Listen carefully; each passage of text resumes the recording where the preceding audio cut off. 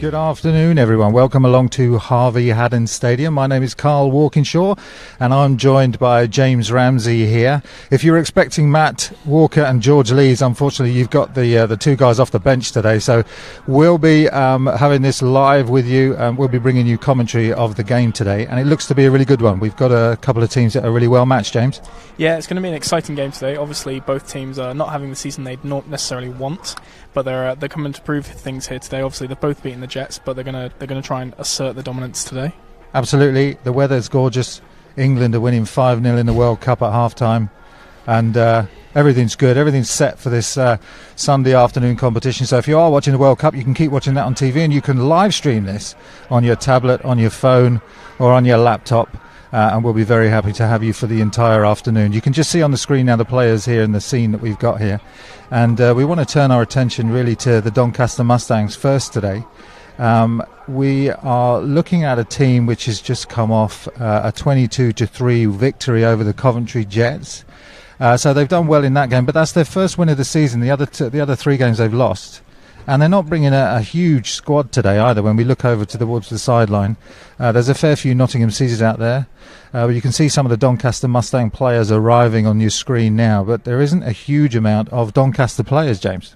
No, it's definitely a reduced side. Currently we have enough players to field both ways. They're expecting about 30, so there should be some backups, but as of right now, it's going to be a very tiring game for the Mustangs. So welcome, you can see us on the screen now, so we're very pleased to be with you. Carl and James here presenting for Onside Productions, the team today. And this Doncaster Mustangs team, as I said, coming off a 22-3 victory, but they have lost those three games, and it seems to me that no one can really conquer the two big champs in this division, which are Sandwell and Leicester, who are the real powerhouses. No one's got a win against them so far from these two teams, but they've both managed to beat these Coventry Jets. So what are you imagining will be Doncaster's game plan today? Well, I think Doncaster have had a lot of success through the air against Coventry. Obviously, they're known for quite having a rugged offence generally, but in the last two games, they've had a lot of improvements, I'd say. Obviously, their main coach thinks that there's been improvements every game, yeah. But I think they're going to be looking to really implement some of the things they've learned today. Yeah, so throughout the day we're going to bring you coaches' interviews later on today as well. But these are two teams which should be fairly evenly matched. They've and we should see a competitive game, which is unfortunately hasn't been the case the last couple of games with Nottingham Caesars. So we are looking for a competitive game. I had a quick word with Simon Denning, who's the QB for Nottingham Caesars, just coming into the game, and he said to me, I said, so we're looking at a competitive game? He said, not for them. I love it when people come in with that confidence. It gives the boys a bit of buzz, and it makes the game just feel a little bit more. Gives it a bit more gravitas, doesn't it? It does. And the weather's going to be a factor today. I mean, it's a boiling hot day. I don't know why we're stood here in blazers, James. I mean, we've been ordered to wear these blazers, and I think mine's rather fetching, but so I'm happy to wear it. But it is going to be a hot day, and especially for those teams that are going to have to play both ways. We know that Nottingham Caesars have got a few injuries, but these Doncaster boys, they're going to have to play both ways, aren't they? Yeah, it does. As I say, the team's looking quite thin, and it looks like they're not going to be able to take anyone off. There's going to be no rotation at all. So it's as well as all the other problems they have personnel-wise, the heat is going to get to them. Yeah, and we know as well that their starting backfield, I understand it. You were speaking earlier about their starting backfield's not actually going to be taking the field. Yeah, I spoke to their head coach earlier, and apparently none of their DBs are there. They're just all of their starting backfield, as you say, isn't present today. So it's going to be an extra level of challenge for them here. Yeah. Now their last game was 22-3, and that was over the lacklustre Coventry Jets, who really are looking to, they're going to be part of that relegation battle.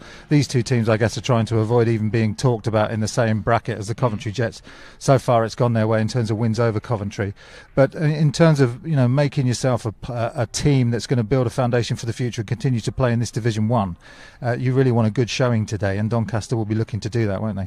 I think so. I think, as I was saying to you before, I think both of these teams are going to use this game to give themselves a sense of pride. Neither of them are necessarily in the race for going any further in the competition. That there are too many losses for both of them to continue, and whilst I don't think any of them are going to suffer as much as the Jets did, I think that they're definitely here to prove something to themselves more than anyone else. Yeah, and we have a birthday, I believe, on Doncaster's team as well. One of their running backs is, I understand, 40 years old today. 40 years old, yeah. Yeah, he's still playing. Yeah, he's got to be a tough guy. He's as we were speaking earlier, they have a good running offence, so he must still have it at 40. Yeah, we'll soon find out, and we'll see how they get on with their running game. The passing game, though, has been traditionally a strong point for Doncaster, hasn't it? They've got a couple of really good receivers, one that's had 100 yards in the last game.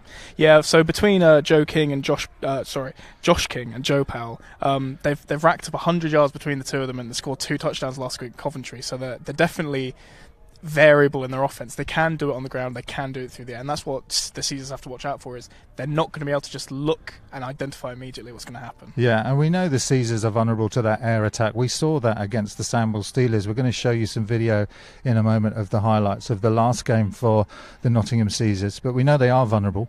But also Doncaster are making some good yardage on the ground as well behind that offensive line that they've got.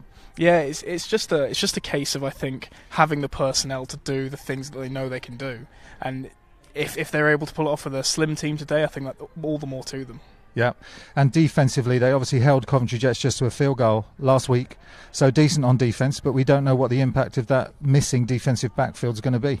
Yeah, they do say that their main key cornerstone, their key player in the back, Chris Swinburne is still going to be here, right, and he's going to marshal the troops that are around, but it's just really whether he can get them to the level that they can play at, or whether they're going to sort of be okay and not test the wide receivers on the season as much as they maybe could. Yeah, so this is a team that's been around for a number of years now. I think they were formed in 2003. Yeah, that's correct. And they're always tight when they play the Nottingham Caesars. We know that. I think 3 of these games have probably been live streamed now by Onside Productions, and the split in terms of the wins last year was 1-1. So, one win for Nottingham, 1 win for Doncaster. So they're clearly a well matched group of outfits at the moment. Well, I think after hearing and speaking to both the coaches, we both know that there's something there that they're not quite sure how to beat each other 100% yet. There are some teams that you can pick out and say, okay, we know how to beat them. But these two teams do seem very evenly matched in just being able to identify how to beat the other person. Yeah, so it's going to be an interesting one throughout the day. We're going to be bringing you some interviews. We're going to be bringing you live commentary throughout the day today, and we'll also be looking at what the coaches have said about each of these teams. But in terms of where your heart is on this, obviously, what would you like to see happen during the game? Well, obviously, we're in Nottingham. We like to see the Caesars score some points, but I think it's more about getting the players who aren't normally out there, getting them the reps that they deserve. Because this is what this part of the season's for. If you know you're not going to be able to advance, get those secondary guys in, get them into the rotation so they can get a bit more snaps and just improve the team for the future. I think that's what we're looking for. And the division as a whole we've talked about, but it's dominated by Leicester and Sandwell, isn't it?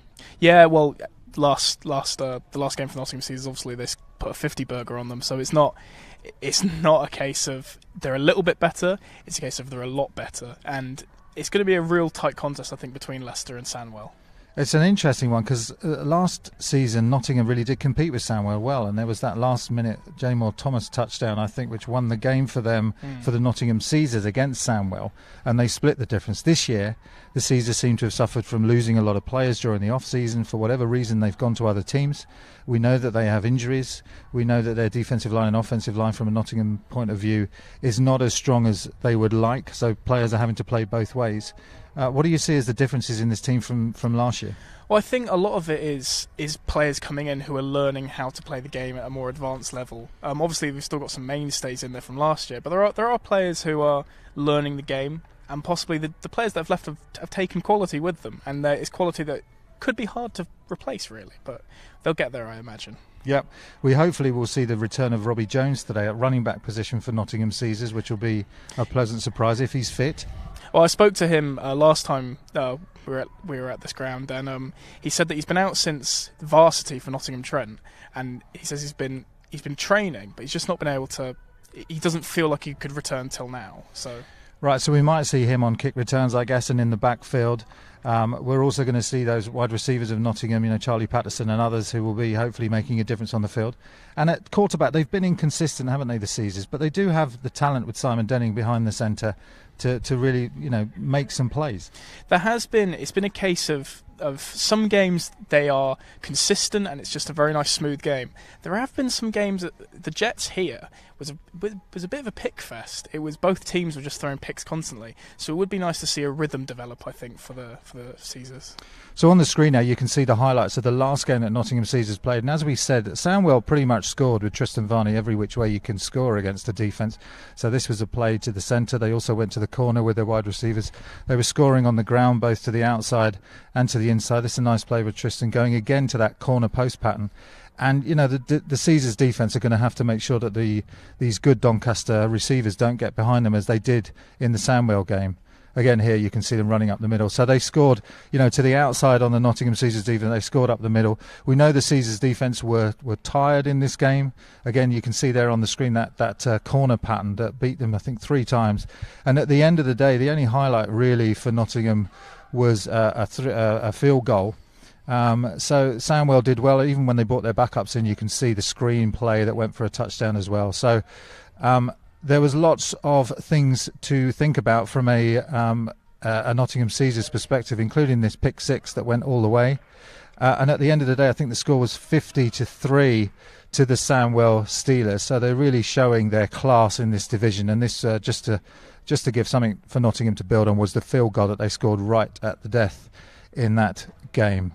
But it was not the best performance we've seen from a Nottingham Caesars team. No, I think that 3 points, as insignificant as it might seem for the game, is important to the players. They want to know that they've walked off not shut out. They want to have that pride of saying, okay, we got beat, but we got something in there. And I think that's important for players' morale. Yeah, and we've heard this week that because of those 2 defeats, there was a big defeat against Leicester and then a subsequent defeat against Sandwell. Nottingham have stepped it up in training. They've changed the way they're going to run their offence. I think it's been simplified. They want to run a faster offence than they've done before. And we heard from coaches and players that their training sessions have gone well in the run-up to this game.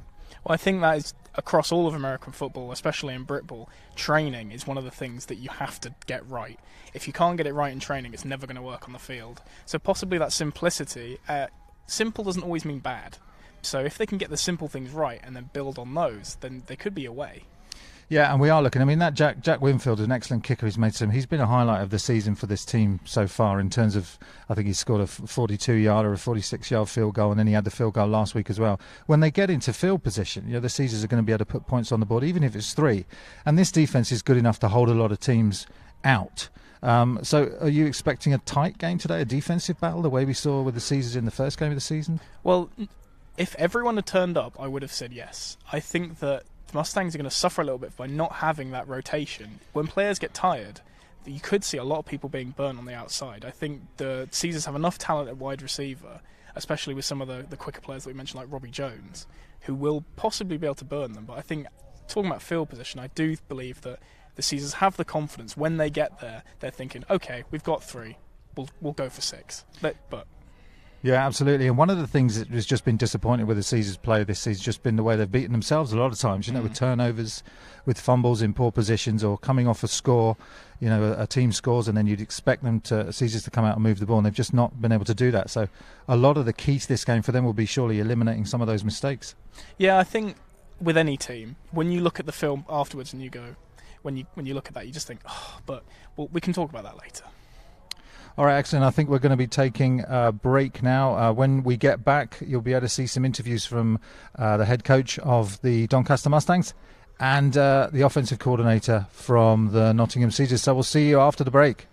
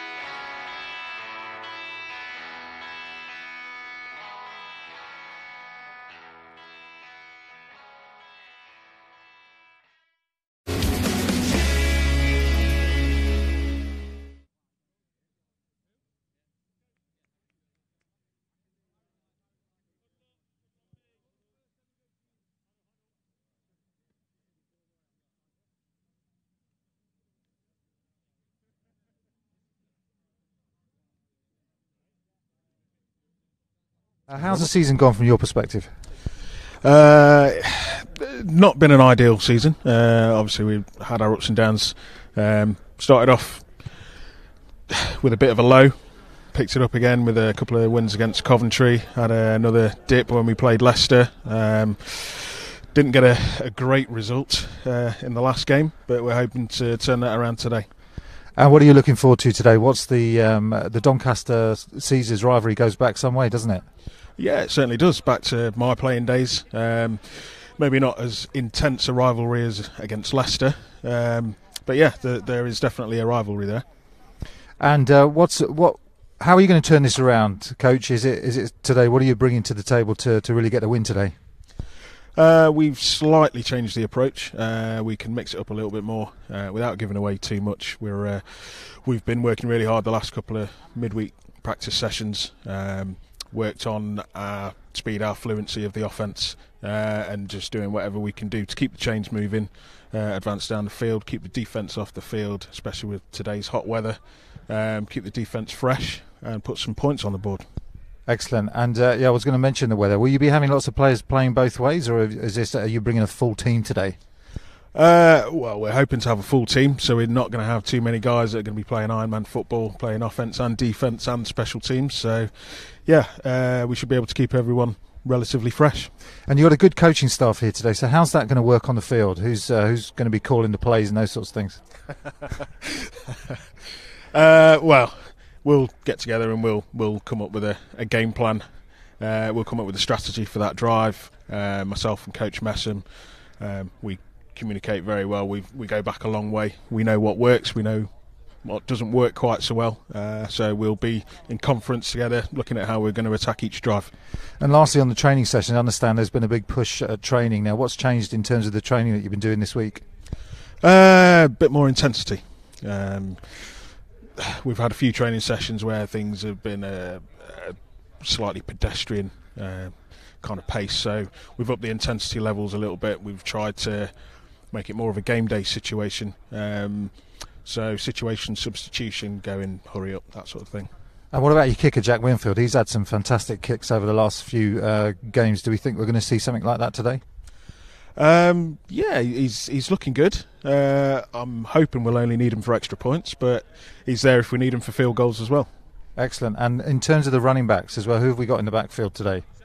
Today we've got John Holmes. He's been with us pretty much the whole season, apart from the second game. He's looking really sharp in training. We do have other options as well. Not going to give away too much, but we've got an option actually coming down towards the field right now. And in terms of your quarterback play as well, it's been, Denning's been inconsistent, but when he's been good, he's been very good. How's he looked in training? Yeah, he's looked really sharp in training. We do have a couple of up-and-coming young quarterbacks who've graduated from the juniors that are pushing him all the way. So, he knows he's got to up his game to keep that number one spot. All right, excellent. Thank you very much, Coach Warner. So that was Coach Vanden Warner, who's the offensive coordinator for the Nottingham Caesars, will be calling plays today. Let's have a look at their results so far for the Nottingham Caesars. So they started out with that tough loss against Shropshire, which was a big defensive battle. I don't think the offence were able to move the ball at all, really, against the Shropshire defence. But equally, the Nottingham Caesars defence balling out for the entire game. It ended up 6-0 in a very low-scoring affair. And I think Caesars' offence had just minus 40 yards on offence, which was absolutely terrible, James. Yeah, it's something that you can sort of see throughout the rest of the results for the season. Obviously, they suffered a quite bad defeat to Leicester the week after, but they came back very strong against the Coventry Jets, 28-0. Nice shutout there for the Caesars. But it's sort of a offensive defensive scheme the Caesars run. Obviously, Caesars then absolutely destroying the Jets again, but then something happens towards the end of that graph. Yeah, dominant against the Coventry Jets, which is the only team they managed to beat this year, and that gives them their 2 wins. But against, as we've said a number of times already, Leicester Falcons and Samuel Sewell is really the class of this division so far. And they've not been able to compete in the way that they did, certainly with Samwell last season. It's a very different team this year, and it feels different than it did from last year. Yeah, it's just one of those things. Obviously, when time goes by, things change, and the Caesars are adapting to that. And obviously, they were able to do that with their 2 wins. It was against the Jets, which seems to be the whipping boys of the league this year. But they're improving every game. I'm sure Vanden would agree with that. Yeah, so let's look forward to some offence from the Nottingham Caesars this game anyway. Let's have a look at what the Doncaster Mustangs head coach had to say about the game today. How are you feeling about it today so far? Yeah, feeling pretty confident. We beat Coventry last week, first win of the season, but we've just been really inconsistent this year. I think we've got a squad of around about 50, but classic brick ball, it's getting them all together on game day, so we've been struggling for that, but it is what it is, so you just got to get by each game.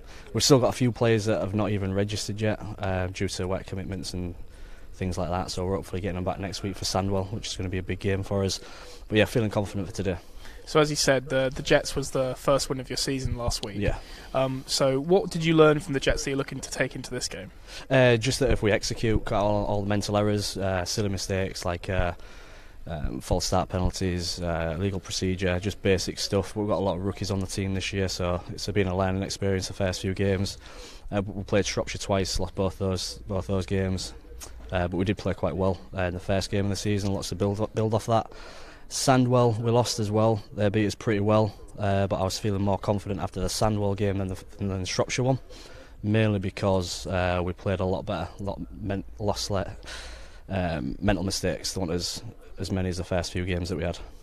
So both you and the Caesars have beaten Coventry this year. Yeah. Do you think there's sort of an equality between your two teams, or? Yeah, I mean, it's been this way for the past few years with ourselves and Nottingham. Every time we play, it's always a close game, no matter what, going back years now. I think we first started playing you guys in 2003 when we first started out, so every game that we've ever had, it's always been a close one. This is the third time that we're going to be streamed with you guys as well. These are the first few games 1-1 so far, so equaliser coming up. But no, the last time we played you guys as well, we split the season. It was 1-1. So regardless of what record the teams are, it's always a tough game with Nottingham anyway. So obviously one of the things that's very prevalent today is the weather. Do you think that's going to? Do you think it's going to affect the game? Just it being so hot and yeah, it always will. I mean, especially today we've got low numbers. Today we're missing our starting secondary, so that's going to be a challenge to try and get over that when you're missing your 4 starting secondary guys. But again, it is what it is. The next man up's got to step up and do his job. But yeah, weather-wise, it's always going to be a factor playing into it.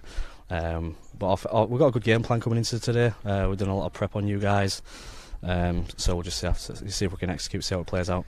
So, talking about preparing, what sort of things are you coming into this game looking to focus on mostly? Getting a lot of completions to our wide receivers. We're pass heavy, although this past couple of games we have Adam Falls, our running back, and our offensive line behind Tom Burton and Sean Archer. We've been running the ball rather well, so we're going to look to get a few more run plays in there, which a lot of guys think's a bit foreign to me because we do like to throw it around about 50-60 times a game, but yeah, we'll see.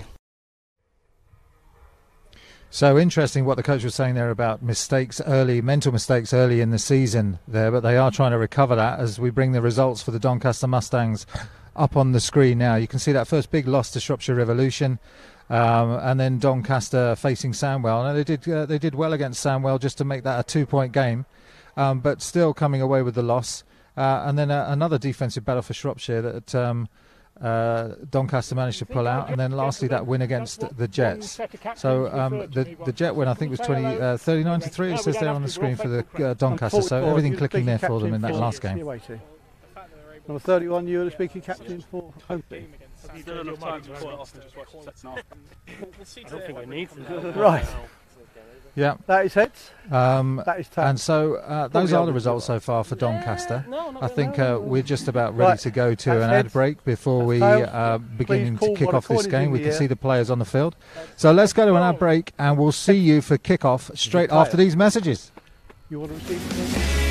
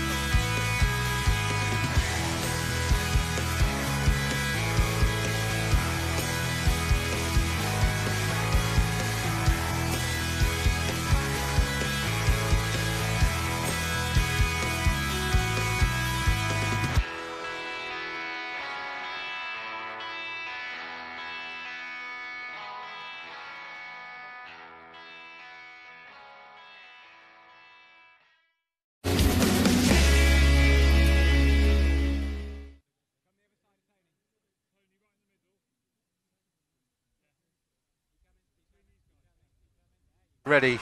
Welcome to Booth, and we're ready for kick-off here between the Nottingham Caesars and the Doncaster Mustangs, and we're looking forward to bringing you the game. If you were expecting Matt and George, apologies, you've got Carl and James, but we're very happy to be with you today. England are winning, the sun is shining, and Doncaster and the Caesars are ready to kick off. So if you're watching the World Cup second half, you can also stay with us for the duration of the game by watching on your tablet or your phone or your laptop or however you want to watch, and you can enjoy both games at the same time. You can also tweet us today on @WeAreOnside, hashtag #NotVersusDon. And here we go with the kickoff.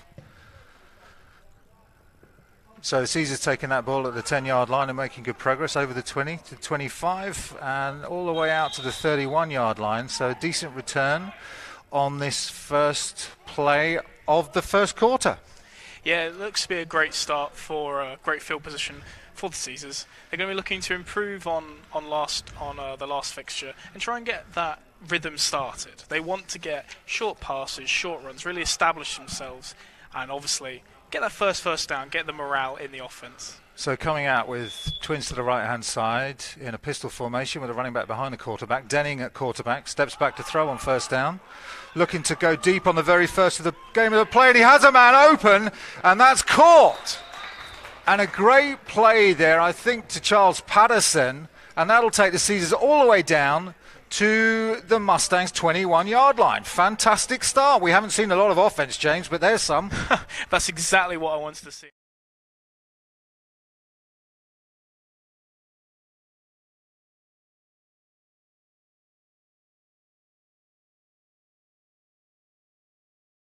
And that's a nice gain of about 6 yards. So as you were watching the replay there, Denning took the snap, handed off there to his running back. We'll get you his name in a second.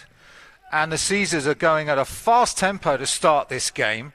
And this is good stuff from the Caesars. Denning under from shotgun.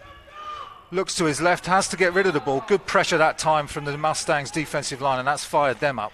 He was the quarterback was being pressured quite heavily there, but he managed to get it off, not taking that sack.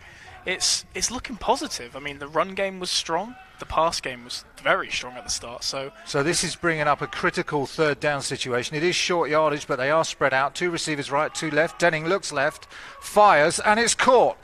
In the middle there, that little hook pattern all the way for the touchdown.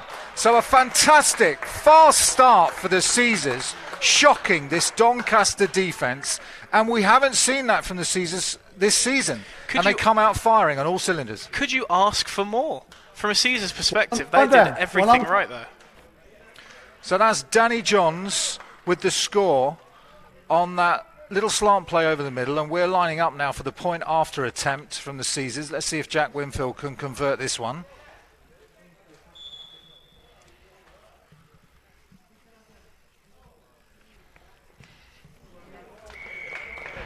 And it's good. So the Caesars out to a very, very quick lead, 7-0 on their first drive, 5 plays, and they're in the end zone. I have to say, I was questioning that pass across the middle for a second because the running back was open on his route. But it works. I can't question it if it works. Yeah, and normally you're not coached to do that, aren't you? Either red zone throwing across the middle of the field if you're in the red zone, sometimes tricky, but it certainly worked for the Caesars there. Possibly, this is a sign to come for the Mustangs. If they're playing people out of position, they're missing their entire backfield. Maybe there are some players who aren't sure about what position they are supposed to be playing. Yeah, you might be right there, James. We did see they didn't have a lot of players on that sideline. Let's see whether the Doncaster Mustangs can answer. They've got 2 men back to receive this kickoff. Caesars getting themselves lined up. Now, the Mustangs haven't had any returns this season, so it will be a first if they were to do so and be an explosive start. But we'll see. It seems like they don't seem that lively. Maybe that touchdown has taken a little bit out of them. Bound to take a bit of air out of yourselves, but you've got to come back and get a good return on this kickoff. If you look at that Doncaster sidelines, they're looking very thin in terms of the amount of players that they've managed to get together today. So here comes the kickoff then from the Caesars. Decent kick, picked up at the 10-yard line. Returner goes right, up the sideline, And there's the tackle there for a modest gain of about 17 yards. So that'll take them out to about the 27, 28 yard line where they'll line up 1st and 10. So let's see whether this Doncaster Mustangs team now can put something together and answer this early score from the Caesars. Obviously, the defence was caught begging there. That they just got completely pushed back. Can the offence now do the exact same thing to the Caesars? I'm going to say no. I think the Caesars team is very strong. They have the numbers here to rotate if they need to. The Mustangs don't, but they could prove me completely wrong right now. I wasn't expecting the deep bomb from the Caesars. Maybe they'll pull out something I'm not expecting as well. So we know that the Caesars defence is pretty bashed up on the defensive line with a good set of core linebackers and defensive back. Let's see what they can do as the Doncaster Mustangs come out with two to the bottom of your screen there, 2 receivers, offset running back. So 3 receivers out, 1 running back in the backfield, and it is a handoff, but immediately met by that defensive line. That is number 99 for the Nottingham Caesars, which is Jamie Sholter, I believe, on the tackle there. I'm not sure whether they've actually made it back to the line of scrimmage there, but it's either on or very, very short behind. So a good start there from the Nottingham Caesars defence, which will bring up 2nd and 10. No gain on that play. Let's see if Doncaster try and go to those weapons that they have at that receiver position.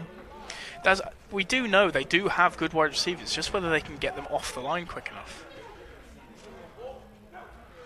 So back as a shotgun in that spread offense, and it's a quick screen pass to that tight end, number 86, who is met by a horde of Nottingham Caesar defenders who shuffle him out of bounds for about a 2-yard gain.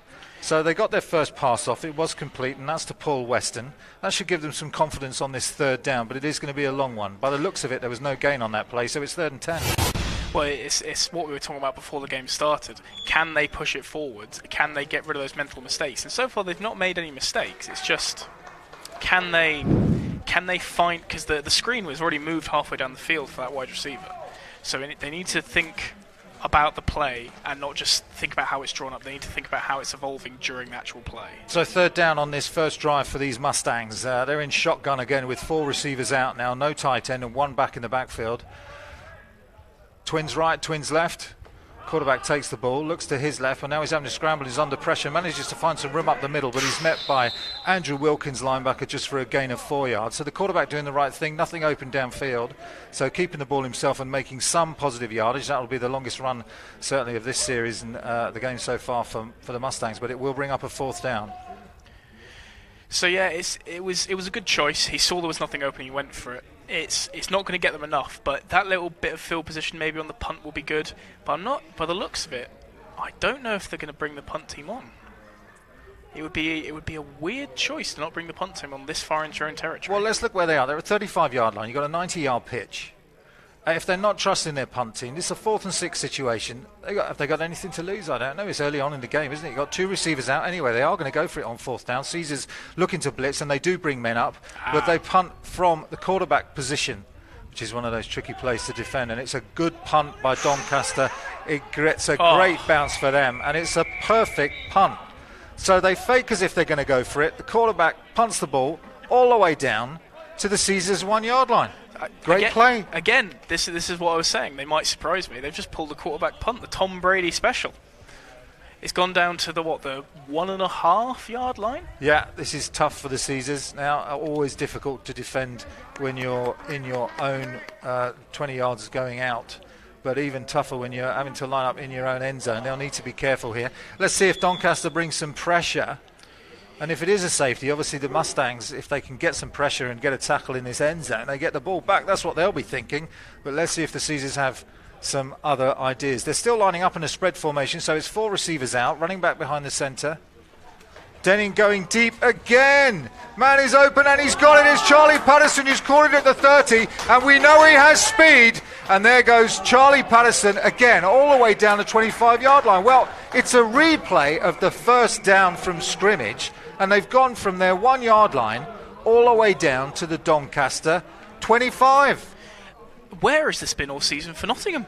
This has been explosive. There is a flag on the play, and I believe it might be a personal foul, but we'll find out very soon. But that was sensational. 2 plays, 2 amazing passes.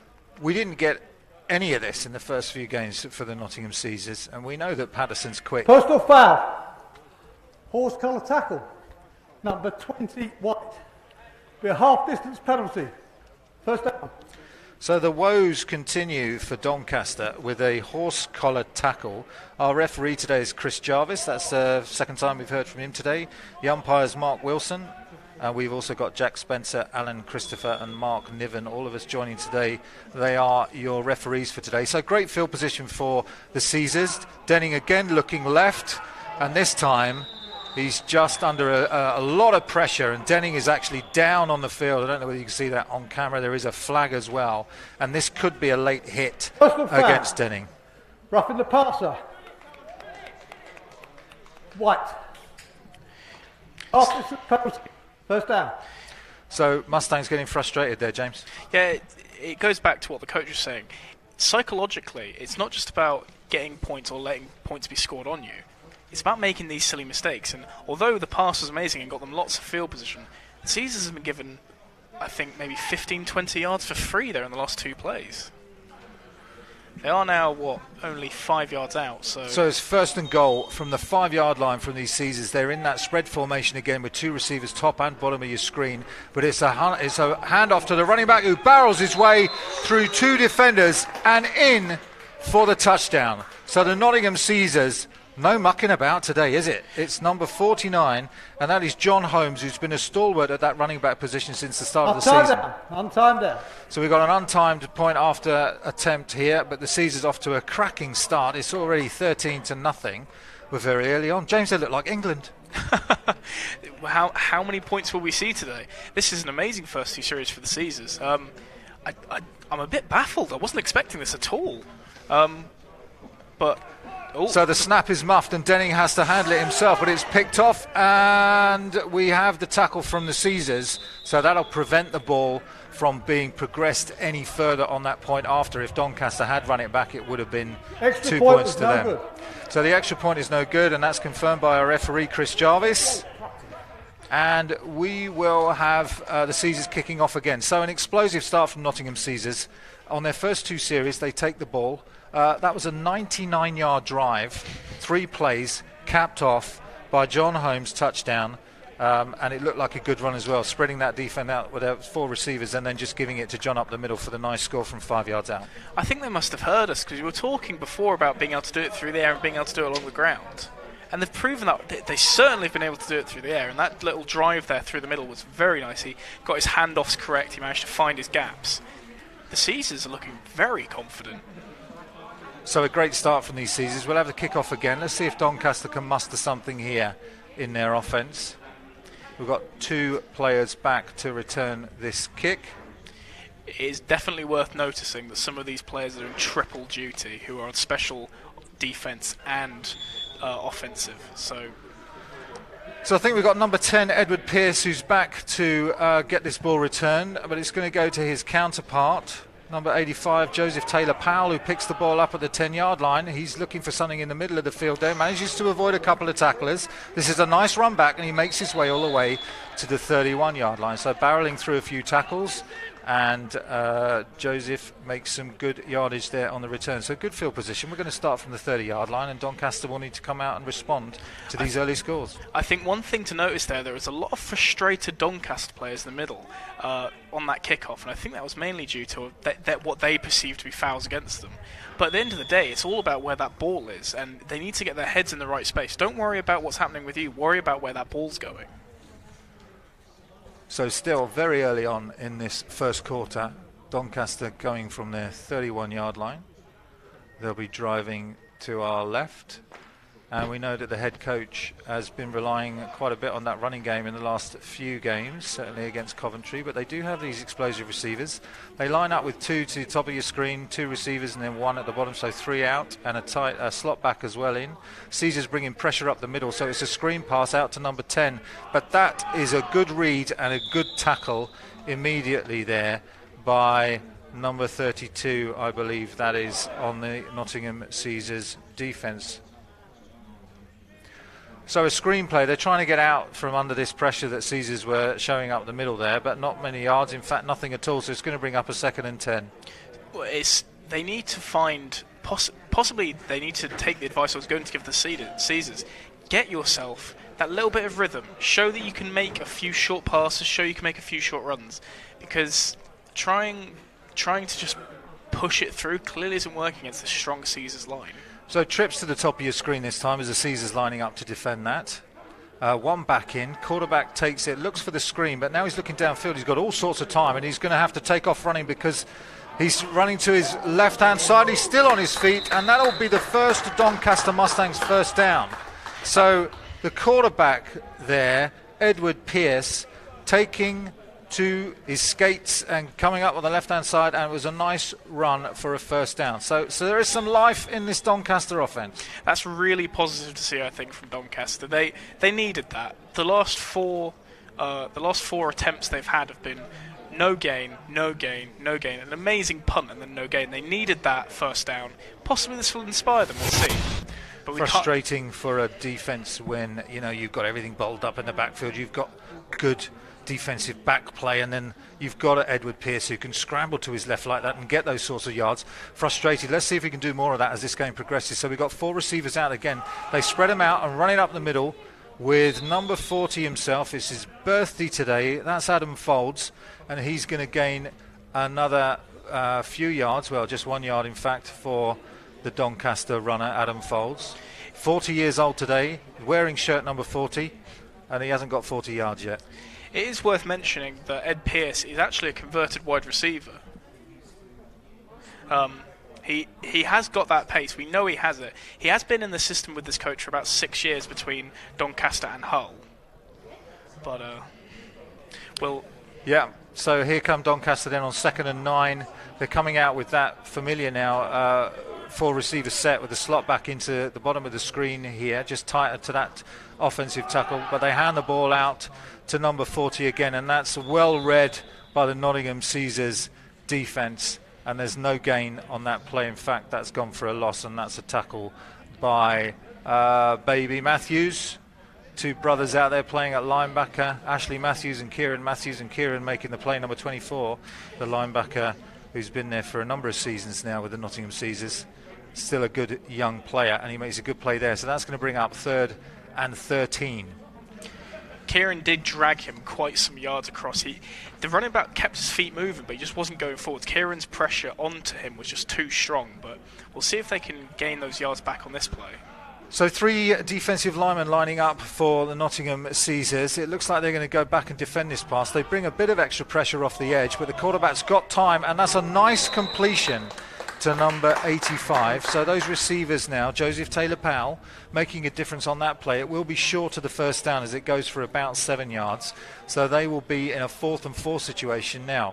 We saw them punt from this situation before, where they lined up with a shotgun formation with the quarterback under centre and then just kind of dinked the ball all the way to Caesar's 1 yard line. They're closer now. They're midfield. They're over midfield, in fact. So let's see whether they're going to go for this on 4th down, 4th and 4. Well, this could be a genuine part of the game today with less numbers. If they don't have a dedicated punter, they will be looking to do the punt from the QB position the entire game. It'll add certainly a level of mystery to their offense. So Pearce in his shotgun formation, 3 receivers out. Running back stays into block. Pearce looking downfield, but that's over the head of number 85, Joseph Taylor-Powell, still trying to go to that key player who caught the ball on the last play, but that one's incomplete, and that's a turnover on down. So the Nottingham Caesars defence holding strong on that play and, protecting that score. He made a good attempt at trying to grab the ball out of the air, but there was just too many players around him. There was a Nottingham Caesar directly on him, obviously making that great play to keep his arms down. But there were so many Caesars around him. There was very little fight, I think, in the middle of the pitch there from Doncaster. All right, so Nottingham Caesars coming out for their 3rd series of the game. After that turnover on downs, they've got good field position there at their 39-yard line. Remember, this is a 90-yard pitch, so once they're over the 45, they're into that Doncaster territory. Doncaster with 4 defensive linemen threatening to blitz up the middle. Denning tries to get them offside, but it doesn't look like he does, but he's going left anyway, and he has a man, and that's number 11, but it's tipped and caught. Well, another great reception. I tell you what, all the luck is going the Nottingham Caesars way, because it was tipped by number 11, Robbie Jones, who couldn't hold on to it, and then Andrew Lovett, who was in the same sort of space as Robbie, just takes it off his Offside. shoulders and makes On the catch. defence, that penalty will be declined. First down. So Denning catching that defensive line offsides as they're trying to bring pressure on his quarterback and making a great reception downfield is Andrew Lovett. So here we go on first down in Doncaster territory, and they're going to start this series with a run. Picks up a few yards.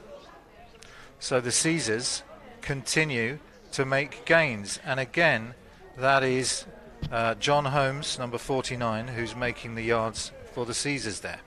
It's an explosive Nottingham that I'd love to have seen the rest of the season. There was a bit of luck there, but... So Denning under centre again, looking to his left, and this time he's got a running back coming out of the backfield, and that is an early read. He keeps his feet driving, and he's going all the way down to about 3rd and 2 this will be once the play is over. So that's a nice little screen pass there to John Holmes, who has been an early hero of this game for the Caesars. It's 3rd and 3. I think this goes back to what we were saying in the pre-game, where once they get within the 20, they're confident they'll get points regardless. So when they're just trying to do these short passes or just run it up the middle, they know even if they don't get that first down, they're going to get points. So Holmes gives them, the Caesars, another set of downs from their 3-yard line now. This is 1st and goal. Denning looks back to pass.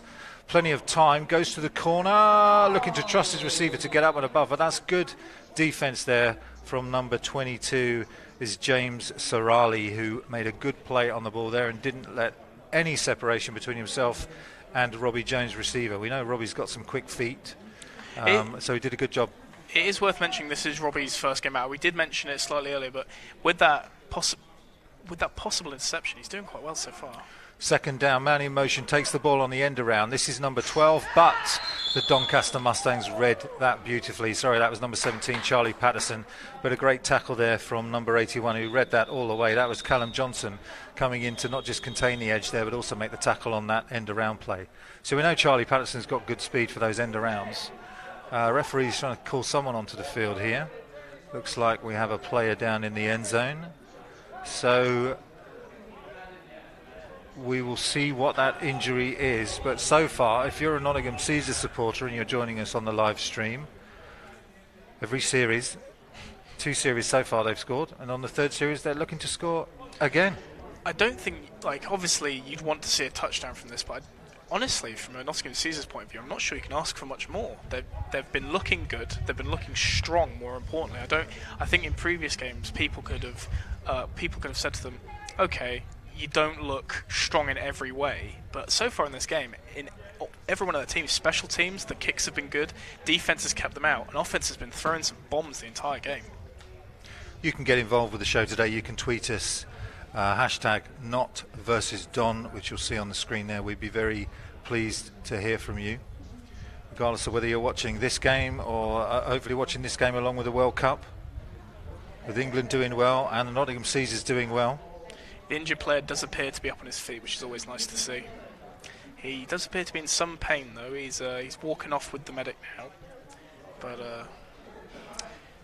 I'm not sure what happened in that, but he's managing to walk off on his own steam, unassisted, which is always really good to see. And is that number 22 who made the play on the previous down to stop Robbie Jones from catching that touchdown? So clearly critical player for them. That's James Sorali, who's just making his way off the field now. We hope he's okay. Nottingham Caesars now with a 3rd and goal. But this all plays into what we've spoken about since the start of the game. Can they even afford for him to not be on the field? They've got so little backups or rotational players. Yeah, absolutely, James. Every injury, when you've got such a thin squad, it does take its toll. So pistol formation, 4 receivers out. Denning looking left again, fires, and this one's over the middle and incomplete.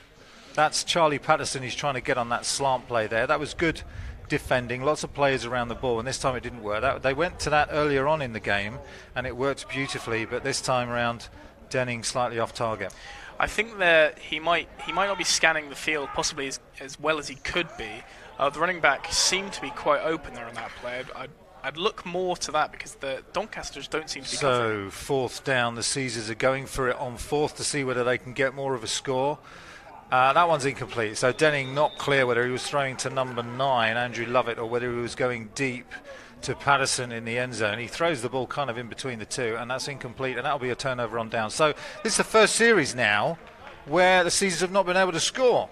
I think the Caesars there I think honestly they've chosen not to score, which seems like a funny thing to say. I think they decided that if they weren't going to get 6 from it, they're quite happy for their defence to play well inside Doncaster's half. Doncaster will be pleased with that. They're going to come out. They're going to have a first down. They've just stopped the Caesars on 4th down. That gives them some momentum. Let's see whether Doncaster can get back into this game and see what they've got on offence. It's going to be. We know their quarterback can run. We know that Ed Pearce has got the ability to make some plays if the plays aren't there. So it's worth keeping an eye on him, especially throughout all of these. When he's scanning the field, is he just going to tuck it and run? So we've got Ed Pearce in that shotgun formation with Adam Folds right next to him, and he's taken the ball, throws it to his left, and it's complete. It's a nice grab by number 85. Good hands there. We made a couple of good receptions from him on that same play. It's a little hook play, isn't it? Just running up, turning around, face the quarterback, and if the ball's delivered on time, the receiver has a good opportunity to catch the ball, and that goes for 9 yards. Well, he's a big body receiver. He's always going to have his presence felt. And I'm not sure that anything necessarily needs to change on that play. I feel like they're going to, but the success they've had of it so far, you could see it once or twice a drive for sure. So that's Joseph Taylor-Powell again with that reception. Doncaster huddling up now. So Nottingham Caesars, you'll notice, have been very quick coming to the line of scrimmage. Doncaster taking their time, but there is plenty of time in this game. 4 receivers out. Joseph Taylor-Powell lined up in the slot position to the bottom of your screen.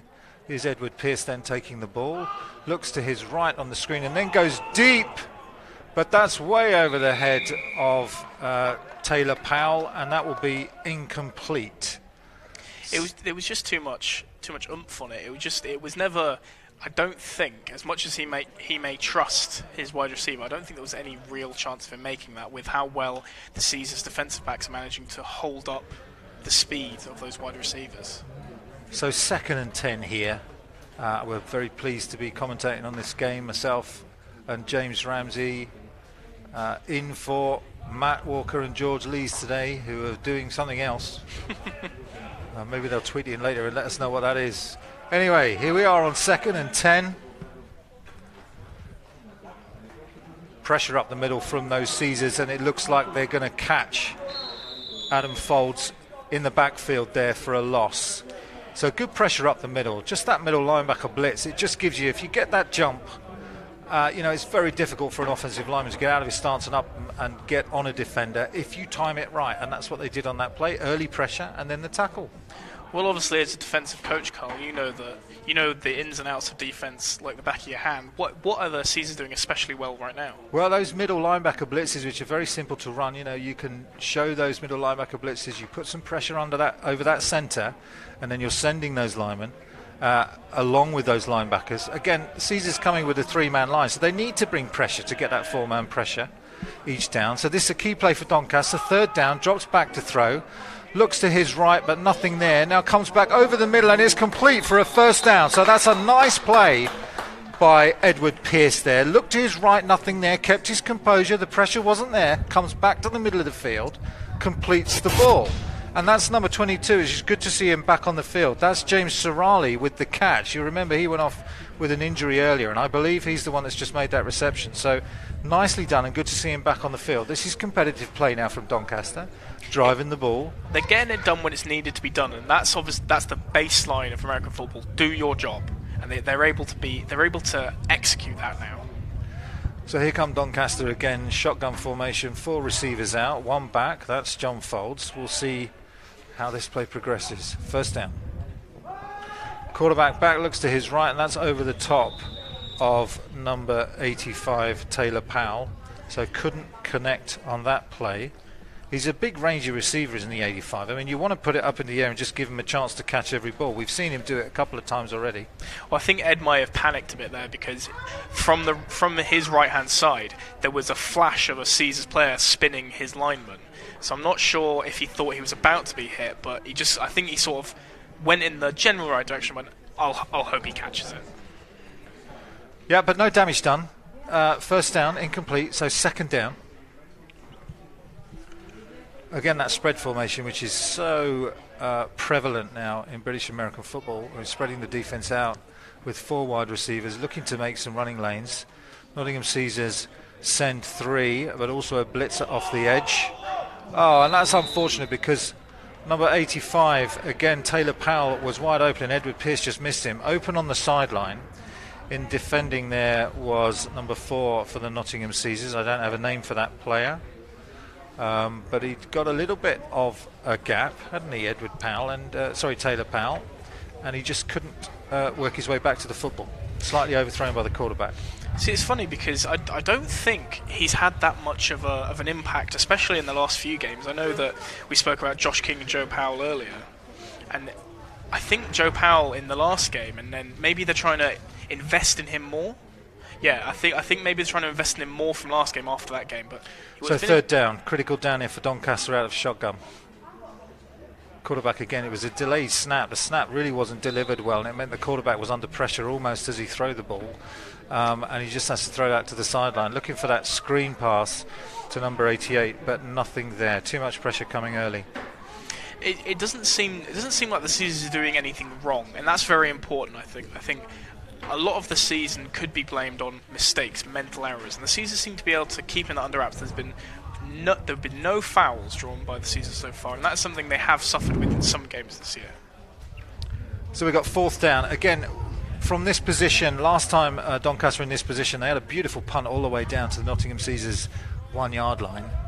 And again, it looks like a very similar formation. Quarterback still in, but Edward Pearce looks to be able to punt the ball as well. And it is going to be a punt. They get the ball away. This is a high kick, and it's out-kicked.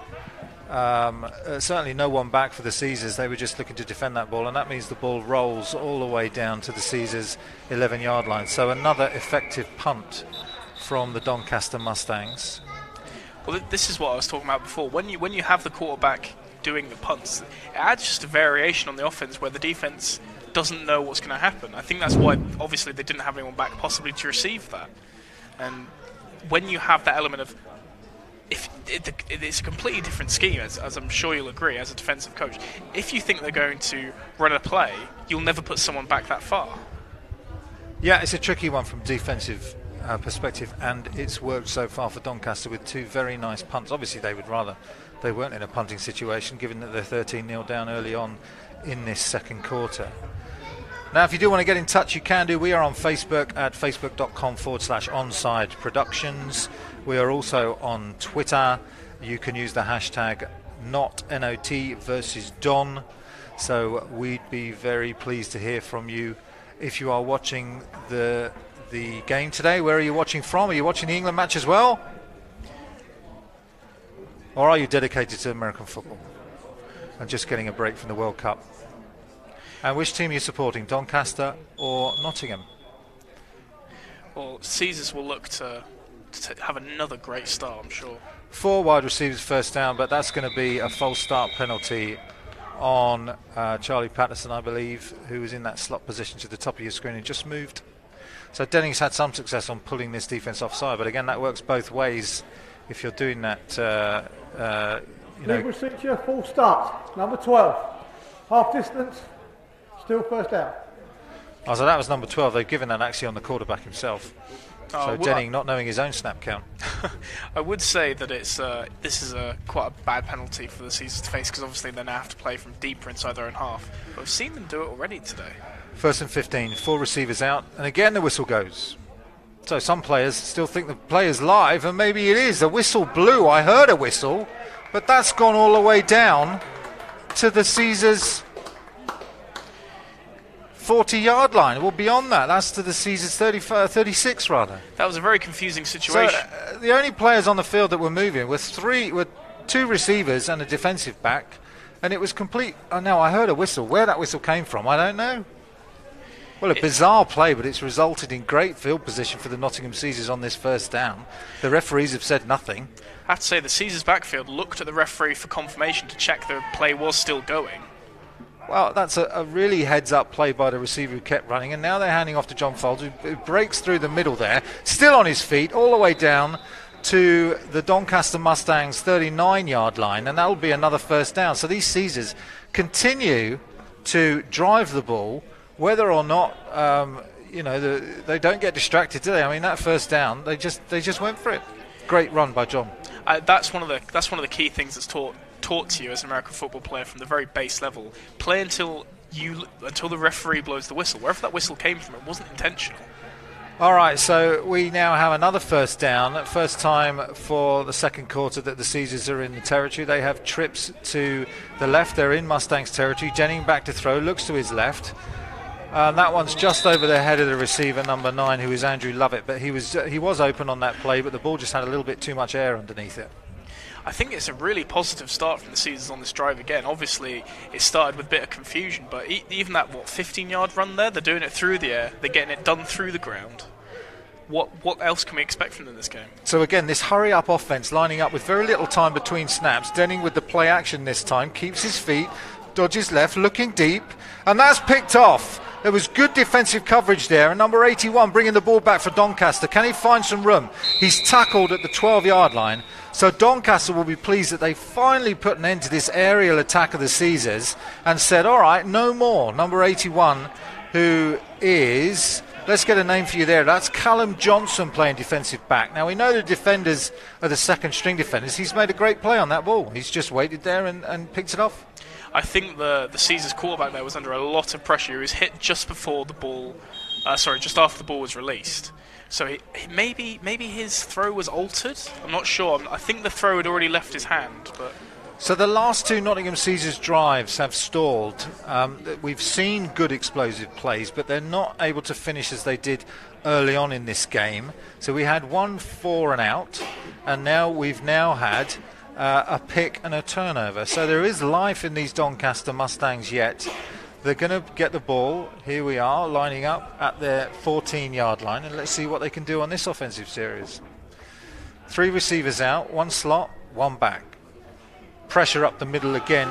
It's a play-action pass. He has a man open. That's number 82 with a great grab all the way to 45-yard line and midfield. That's nice. Edward Pearce with a great play-action pass all the way to Taylor Powell, and that's got this Doncaster Mustangs offense moving.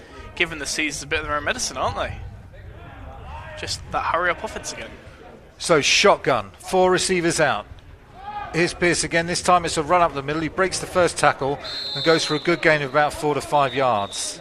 So Doncaster moving now. They show some signs of life, and we might have a game on our hands. This is more. We spoke before. They did challenge the Sandwell Steelers. They only lost by 2 points. Sandwell Steelers, I apologise. So maybe this is a sign of that, the interception, and then immediately a lovely throw off the back of that.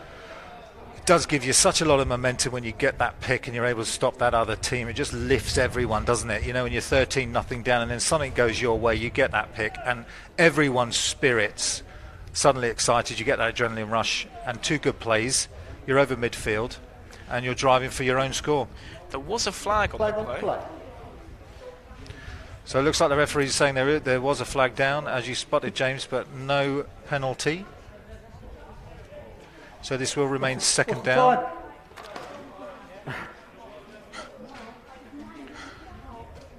So Mustangs now with a critical drive. 4 receivers out again, spreading that defense. Running back offset to the quarterback's left-hand side. Shotgun formation. Here's the snap, and it is a handoff. And that's a nice driving blow there, and he keeps his feet. I thought he actually kept his feet after that drive, but they're going to whistle it dead there. So the 40-year-old, number 40, Adam Folds, showing how to lay the hammer on a linebacker coming up to make the tackle, and he drives for those yards, and that's now 3rd and 2. So that's going to bring up a nice, easy, manageable 3rd down. So look at this play at the end of this. He just lowers the boom on that linebacker. We couldn't make out exactly who it was there, but you can guarantee he's going to want to come back and make a play against John Folds, and some good running.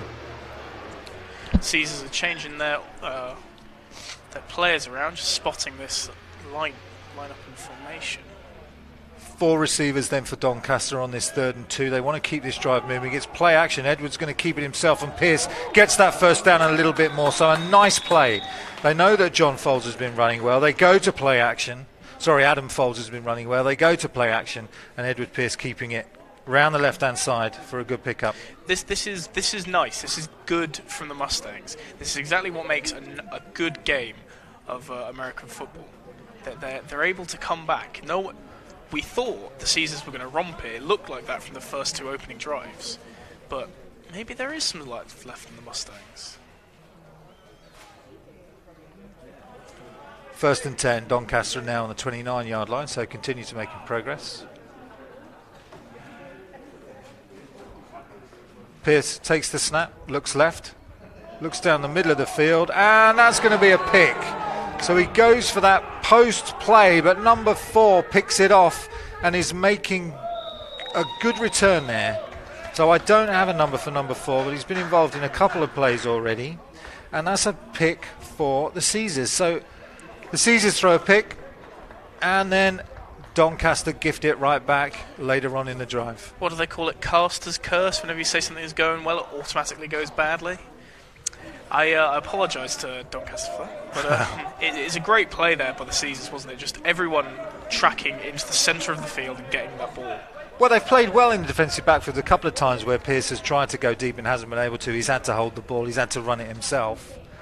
But this time the Caesars with the pick. So it's one apiece in terms of turnovers. That'll give the Caesars a decent field position to start. They'll be on they're on the 25-yard line coming out.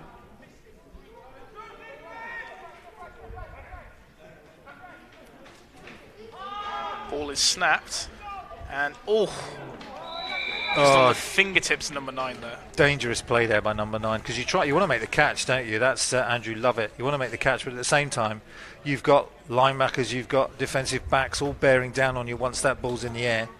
Ball was lofted up and could have been a pick from Doncaster, but it falls to the ground, and so it's incomplete. And 2nd and 10. Here's Denning looking to his left again, but nobody there. Some sort of miscommunication going on there. I think he thought Charlie Patson was going to go deep, but Charlie actually ran a kind of 10 and in route, and miscommunication. So Denning nowhere to go with that one. He was just stood in the backfield with his arms out to his side, saying, "What happened?"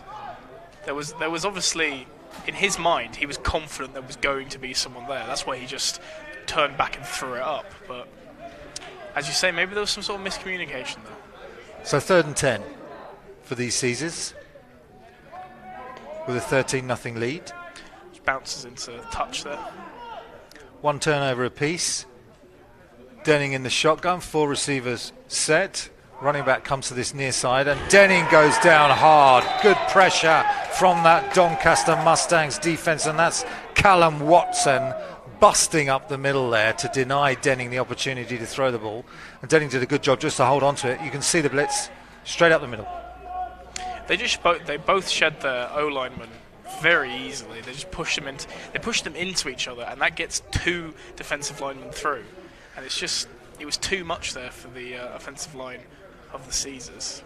But this will be the first real punt of the game, the first by a punter. So we'll see if they can punt quite as well as the Mustangs have been doing. It would be quite a big ask, but we do know this guy has a good leg.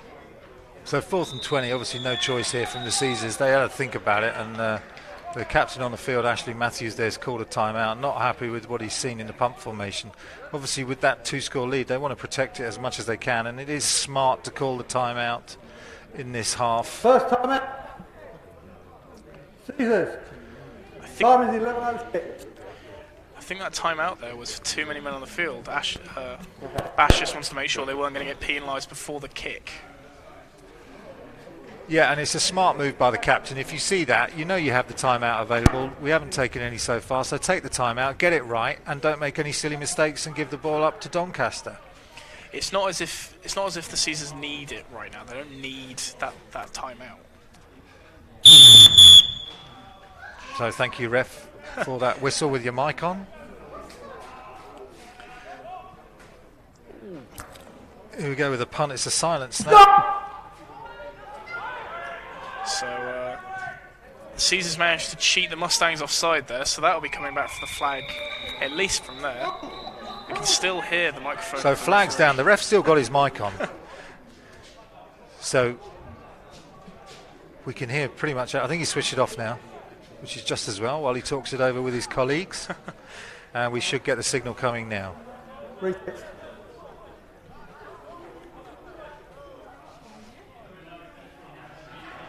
He's now turned it off. All right, so it's an on-off switch, and obviously referees turn it off when he thinks he's turning it on. So Chris Jarvis there giving us the signal, but unfortunately his sound's gone. I think he looks like, oh, there we go. Now he's switched it back on again. So Chris Jarvis. Oh, number 12,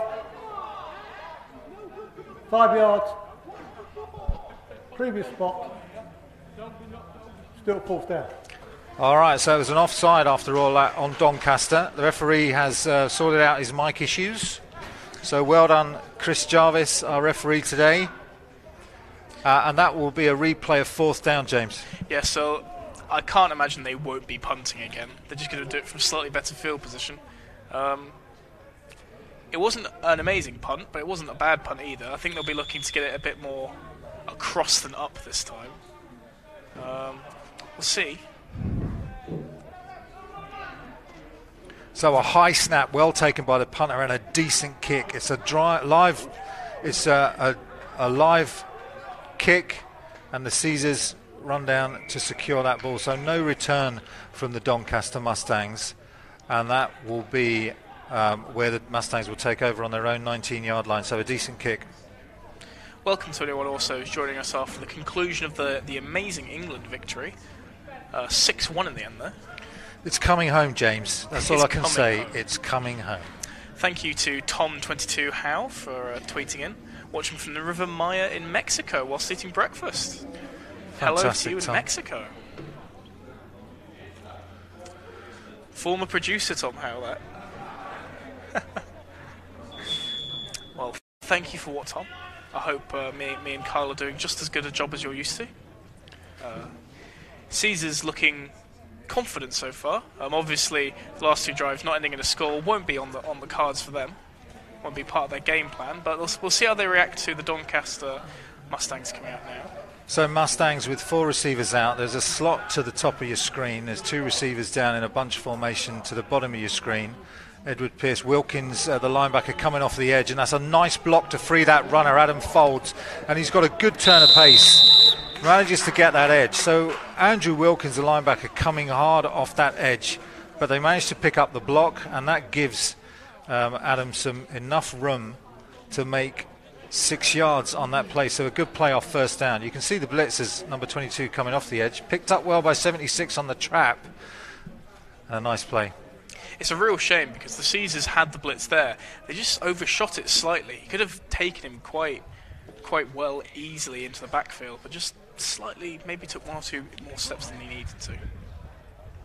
But we will be looking. This is a very competitive game so far. The Mustangs just need some points on the board. Absolutely, it's a good game, beautiful day, great game of football so far. Some offense, which we have had a drought of so far from the Caesars. This time Pearce is in the shotgun again. He goes play action, looks down the field, and he's going deep to a receiver with good coverage.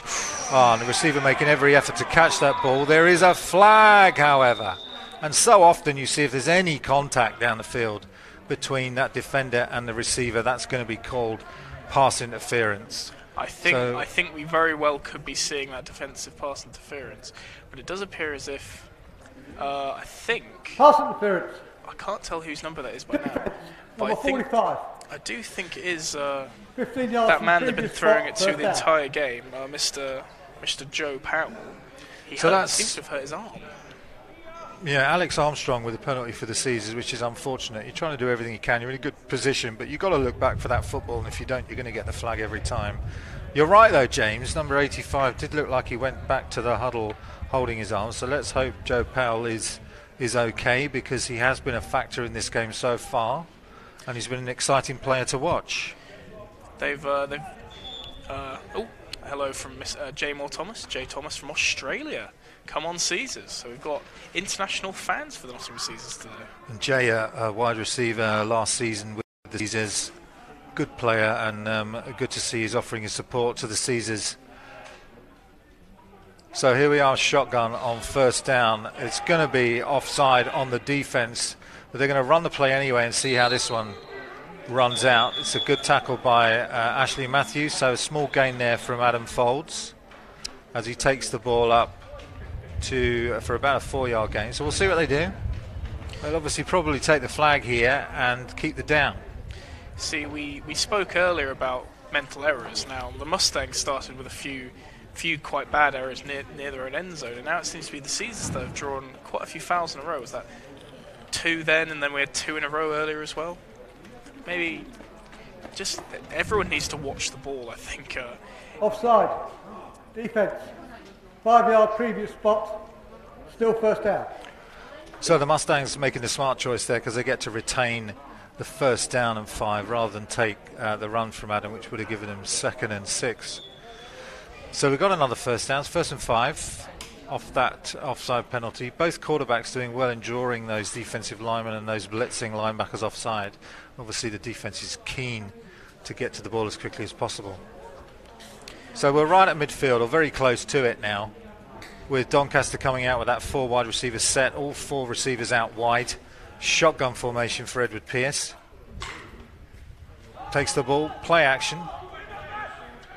Screen to the receiver. Still on his feet.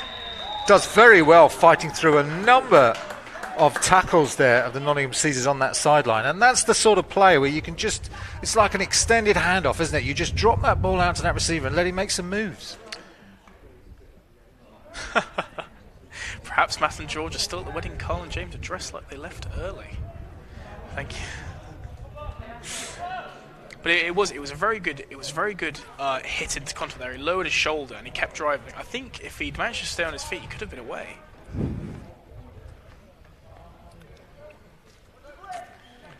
So 1st and 10 after that nice screen pass and a good driving run there from number 88, Paul Weston. This is another handoff up the middle to their workhorse Adam Folds, number 40, who celebrates his birthday today, as we've said, but gains another 2 yards there. So he's adding to his birthday tally, and he'll want to have a good day. That'll bring up a 2nd and 7. They've been relying more on the running game this drive. Obviously, they did have that big pass to start off this drive, but it's working for them. They're able to find that division of labour that really allows the wide receivers to get in amongst them and cause some disruption for the running back to make some room for himself. And this is the sort of play that wears a defence down, doesn't it, over time? If Adam can keep up the pace that he's running these plays at, it will wear down this defence. Nottingham defence threatening blitz, and Wilkins off the edge again, but again loses the edge, and Edward Pearce with those quick feet able to scamper for what will be very close to a first down, and they've given the first down. So a great play from Edward Pearce. Wilkins coming hard, Andrew Wilkins, number 22, that linebacker for Nottingham, coming hard off that edge, and a nice gain from Edward Pearce. It's got to be frustrating for Andrew Wilkins because he's been fingertips away multiple times.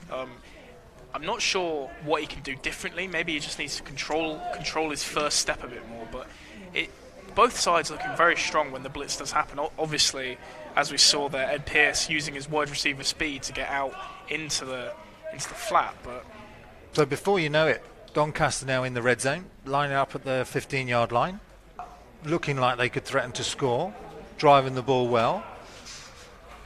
4 receivers out, slot up to the top of your screen, 2 receivers down at the bottom. Pearce back to throw, looks left but nothing there, so he takes to his feet again, and this time he's met hard by Kieran Matthews, number 24 linebacker, and they've made an adjustment there, maybe to put Kieran as that shadow player, just to make sure that when Edward Pearce does decide to use his feet, there's a linebacker there to match him. It's just a case of Caesars noticing that if Ed sees nothing, he will just immediately run. He's not going to scan the field again. He sees that once there's nothing open, he just knows that it's all on him. And maybe Doncaster need to do something about that, because as you can see, that run was met behind the line of scrimmage. You can't keep doing that. It'll wear down Ed. So 2nd and 11 now from the 16-yard line. Still in the red zone, still a chance to score here. 4 receivers, 2 up to that in top of your screen, right up against the sideline. They're difficult to defend that. And that's the way Ed Pearce looks. But this time it is Andrew Wilkins who makes the sack. So he's been close a number of times, as James has been saying, and this time he got there coming fast off the edge from that outside linebacker position. Looks like it was a slightly delayed blitz on that 2nd down to Edward Pearce's blind side. It didn't seem as if the running back picked it up at all. He was scanning the left-hand side of the field, not expecting Wilkins to be coming in from that left-hand side. I'm not sure what the Mustangs need to do here. I think maybe they'll settle for 3 points. Obviously, they'd rather have 7 on the board. Do they have a kicker, James? That's the question. They don't seem to have a punter. Well, I say they haven't got a punter, and then the quarterback hoofs it down to the 1-yard line of Nottingham. So maybe he can kick as well. Who knows? Anyway, they're lining up for this 3rd and 15. 4 wide receiver set, which is familiar now to us. Running back folds in the backfield. Oh, that's a shame, isn't it? Look at that. So that's going to come back. That's just number 85 who puts his hand up and says, sorry, chaps, that's on me. That's Joseph Taylor-Powell, who's made a couple of plays so far. That's going to march him back and give him a 3rd and 20. Full start. 85 white. 5-yard penalty. I think definitely in Britain you're looking at this being too far for a kick now. They're going to have to go for this using their 3rd and 4th downs. It's going to be tricky for the Mustangs. Obviously, we were talking about discipline. That's a cheap yards to give away when you definitely need them. Let's see what the Mustangs can pull out. So you might be looking at some kind of short pass and see what the receiver can do. They've run a couple of screens, haven't they, out to those wide receivers. It may be something they want to repeat here just to see what yards they can get. If they go deep, of course, they do. Oh, that's just gone out of bounds. So they were looking for something deep, nothing there, and Edward Pearce throwing that one out of bounds to avoid any kind of pick and turnover with this decent field position that they've got. So that'll bring up 4th down. I can't imagine they punt here. I think they're going to look for it deep.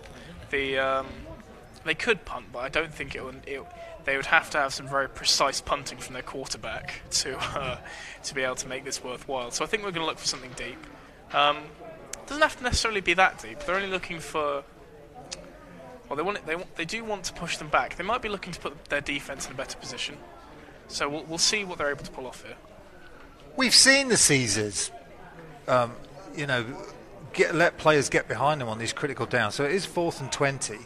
Let's see what Doncaster can do. We know the coach has been studying game film. It's a shotgun snap. Pearce is looking downfield. No pressure whatsoever. He's got all sorts of time. Rolls to his right. Looks deep. And it is picked this time. Looks like Rob Hardwick, that talisman who's blistering down the sideline. One man to beat. And the quarterback, it's Adam Folds who manages to get Rob Hardwick out of bounds. And Rob just does have that nose for the football. When the Caesars need that turnover, he's the man again to get the pick. He had a lovely little shuffle there trying to fool the quarterback, but it never looked in doubt. I'm not sure if the Mustangs knew where that was going, really. I know that there was a man on that side of the field, but it was quite a bit short. And it was intercepted very nicely there by the Caesars. I mean, plenty of time for the quarterback there because they only rushed 3 men. But then you've got all those defenders back, haven't you? You've got, a lot of defenders there, a lot of traffic. And if you do put the ball up, you do risk an interception. That's exactly what happened on that play. I have to say a lot of credit to the offensive line on that play. There was no pressure on the quarterback at all. He had time and time and time. But if no one's open, as you say, you just sort of have to lob it and hope. And unfortunately, on this occasion, he just put it in the wrong place. Hold it. Oh. By the offence. Before the interception. That penalty will be declined. Holding by the interception team. That will result in a 10-yard penalty from the spot of the out of bounds. So, off the back of that, what I'm assuming the referee's trying to convey is that there was some holding there on the return. So the Caesars will be starting a bit more inside their half than they would have liked, but still a good position to be in. That 2 interceptions back to back now, so see what the offense can build off that. So 2 early quick scores on the first 2 series of the game for the Caesars, and since then we've seen good drives but no scores. We've seen a turnover on 4th down, and we've seen a pick from Doncaster Mustangs. They've shown some life as well. 5 minutes remaining in this half. So for these last 5 minutes, let's see which team's going to go into the half with the momentum. We have Denning still in. He's got 1 back behind him and 4 receivers out. Again, Doncaster threatening that pressure over centre in the middle there. It is a handoff, but it's fumbled this time and quickly covered up by John Holmes. So they go for that run up the middle. There was pressure and a couple of linemen just waiting there to pounce on that free ball, but John Holmes, with some quick thinking, dives back on it. Thank you, Skolder, tweeting in from Luxembourg, number 64. Let's go Caesars. Even more international fans for the Caesars there. So that quick offense again, 4 receivers, Denning looking deep. And that's a nice pass, and he's still on his feet. You're not going to make a tackle unless you use your arms. And they do use their arms, finally, to bring down Andrew Lovett. And that was that nice little hook. You run up 15 yards, turn around. The ball was delivered nicely by Denning. And that initial hit just not enough to bring him to the ground. So a few more yards gained. That'll be a first down for the Nottingham Caesars, who again are going hurry-up offense, no huddle. Denning is showing a lot of grace under pressure. 4 receivers. Some pressure this time from the Mustangs, and they try and get the ball to John Holmes. But that pressure coming up the middle was just too much. There was a big gap for the Mustangs to exploit, and they drop Holmes for a loss of 2. This hasn't been the games that Holmes necessarily would have wanted. I think he's pretty much even as far as yards go. There's going to be a slight personnel change from the series so far for the Caesars. We'll see how that affects their game plan. But you may be looking more to the air. They've been able to exploit the Mustangs through the air so far, so maybe they'll look to get back to that. Receivers coming out with a heavy set this time with a tight end in. It's an end around play. It looks like no, they fake that, and Denning goes over the middle and is complete. So a nice play to number 42 there. I don't have a name for that player, unfortunately. We don't have him on the roster sheet, but he makes a nice play over the middle. So they go with that heavy set with the tight end in. This time they have 4 receivers wide. 42 still in the game, and it is a handoff this time to John Holmes, who drives forward on 3rd down, close to that first down marker. Looks like he's just going to be a little bit short. I think if you're the Caesars here, you just go for it. I don't think they have much to lose with how much is left in the game. I think they'll be confident they can drive it less than a yard, maybe a foot. 4th down. We've seen some good running from Holmes. Go for that QB sneak there. Can't quite see from our position, but I think he got it. So a lot of pushing and shoving going down there. So Denning. Flags flying. Oh, and a flag's gone up as well. So clearly something's been said by someone. Denning just marching up the line of scrimmage, taking that ball casually, looking to see if he can get that first down. It did look initially like he had the push he needed, but he was forced back. This will be very poor from the Mustangs. If that first down wasn't achieved and they've given it away through a personal foul, that'd be very bad. Very poor form on the Mustangs' part. The result of the play was a first down. And we have a dead ball, personal foul, 49 red, 15-yard penalty, still first. So it was in fact the Caesars that threw away their first down. Well, they got the first down, James, and then they got a 15-yard penalty on top. So they retain the ball, but they lose 15 yards. Just a lack of discipline there. I did see a bit of shoving, but someone obviously escalated to the point where the referees weren't happy. And they'll be looking to do the same as they just did. But hopefully with a bit more discipline. There seems to be a bit of confusion with the chain crew, but I'm sure they'll be in position soon.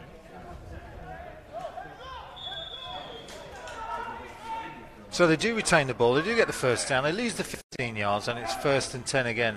Looking at that end around, this time they do hand it off to Charlie Patterson, but the Mustangs really, every time that the Caesars have run that play, they've not got it to work.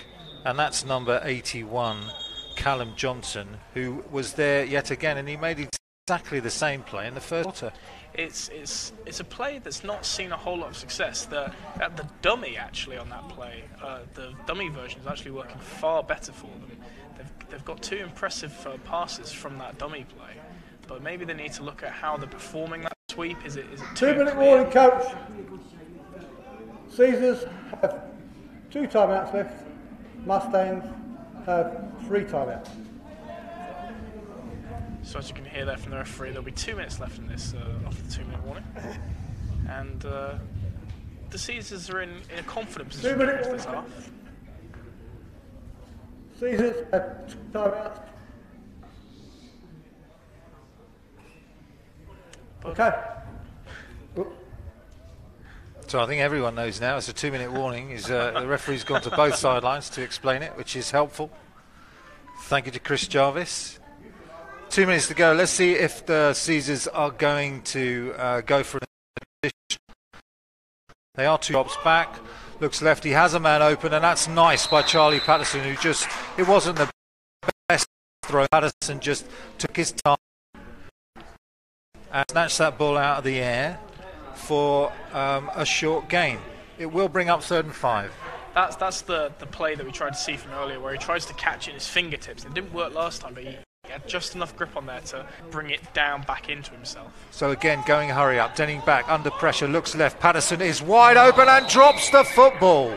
So Patterson does all the hard work, gets the play on the first, gets the reception on the first play, the shorter play, looks to go deep. The ball was slightly underthrown, but you would expect Charlie to catch that one. Yeah, it's a weird one, because obviously he was by himself. He had all the time he wanted, but maybe, I'm sure he'll claim the sun was in his eyes or something, but it was unfortunate. But we got the punt team coming on here for the Caesars now. So 4th down, and with less than 2 minutes, we know that. So let's see what the Caesars can do to protect this 2-score lead that they've got. They missed that second extra point after the bungled snap. So they will be punting to Doncaster, who will have a chance to put something on the board before we go into the half. It would be really good for the Mustangs' morale if they could, but we'll see what happens after this punt. It's a very nice punt. Decent kick, well taken at the 20, and he comes up to this near sideline. 2 missed tackles, but he steps out of bounds finally, and Wilkins does get enough of him just to have him tiptoe over that white line. So the Mustangs will take over with pretty decent field position close to midfield.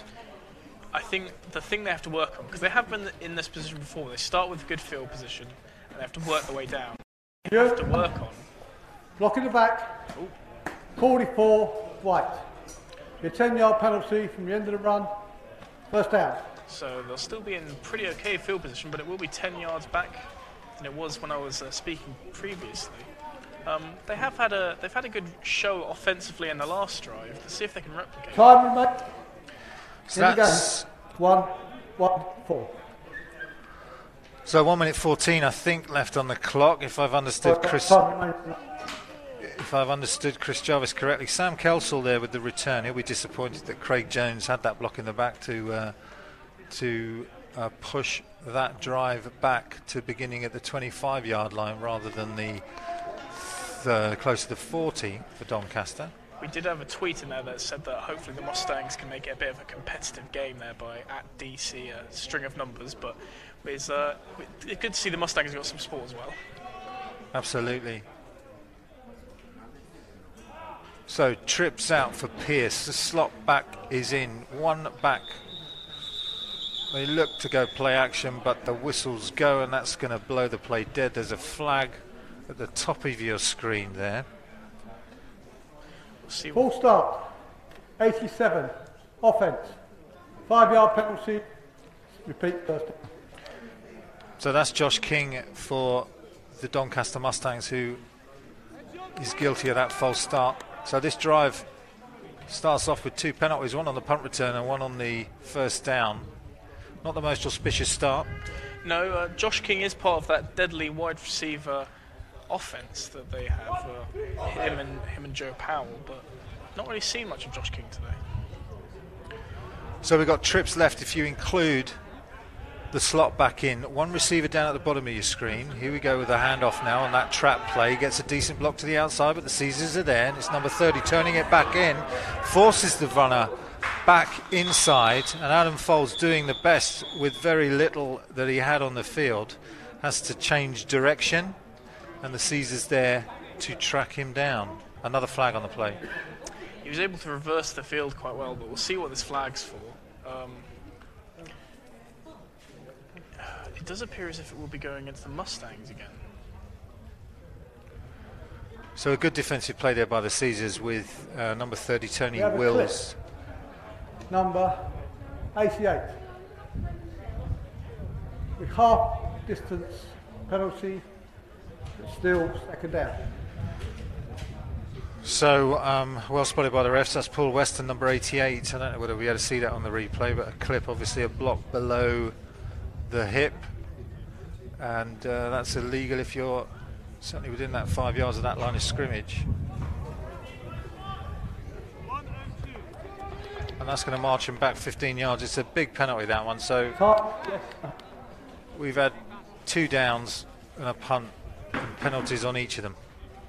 Yeah, this isn't the start that I had heralded for the Mustangs. Let's see if they can improve now. So Caesars now with just 3-man pressures. Let's see if everyone else is staying back. Oh, that's going to be another penalty. Well, it's a penalty fest now. The referee's getting plenty of practice. This isn't really what the Mustangs. This is exactly what their coach was speaking about. What we were speaking about. This discipline's just gone out the window. Full start, 63, white. 5-yard penalty, complete, second down. So this is the start on the ready. This is the 4th foul in a row now. And the Mustangs really have to use this time they have left if they want to get a score for the half. Got a tweet for you here, Cole.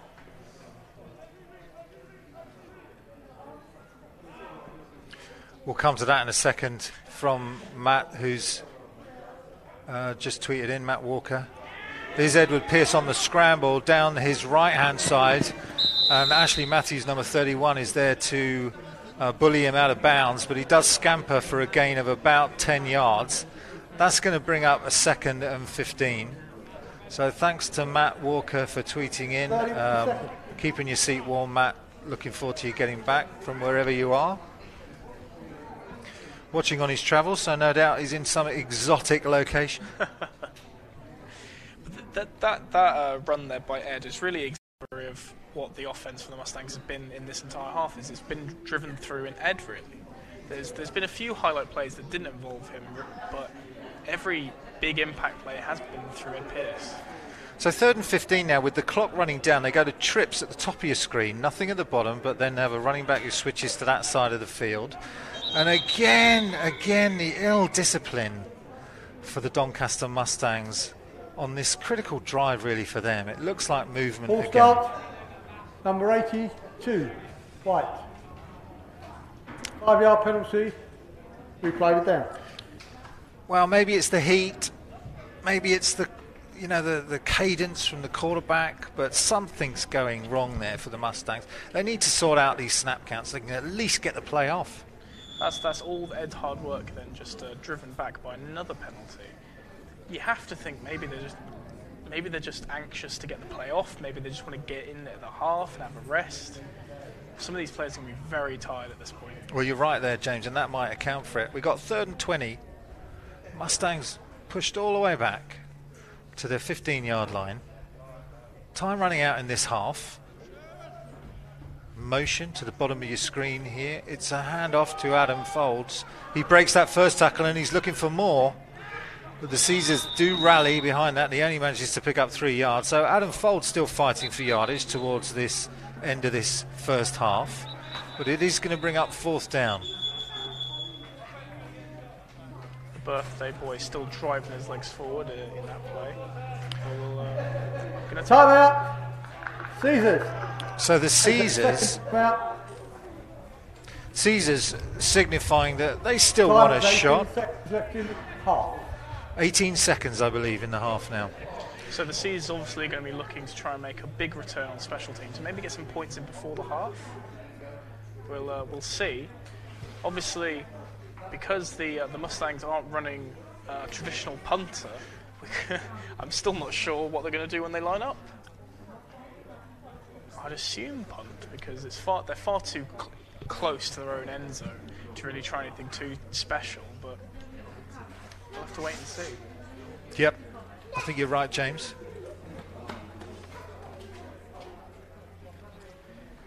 Taking a long time over this call. Yeah, the Mustangs are taking every second of the Caesars timeout. That might be just because of the heat. It just might be they need a bit of a rest before this critical play. They obviously don't want to make a mistake before the end of this first half. I think this is the most some of those O-linemen have been running in any game, just back and forward within their own 20, just because of these penalties. They're coming to line up again now. 18 seconds left on the clock, or thereabouts. This is a bit more of a traditional punt formation. So Caesars do have a returner back. It looks like Rob Hardwick. Here comes the kick. It's a high kick, driven towards that sideline, and it's going to take Doncaster bounce for a few extra yards. It's going to give the Caesars starting field position just inside their own half on about the 43-yard line.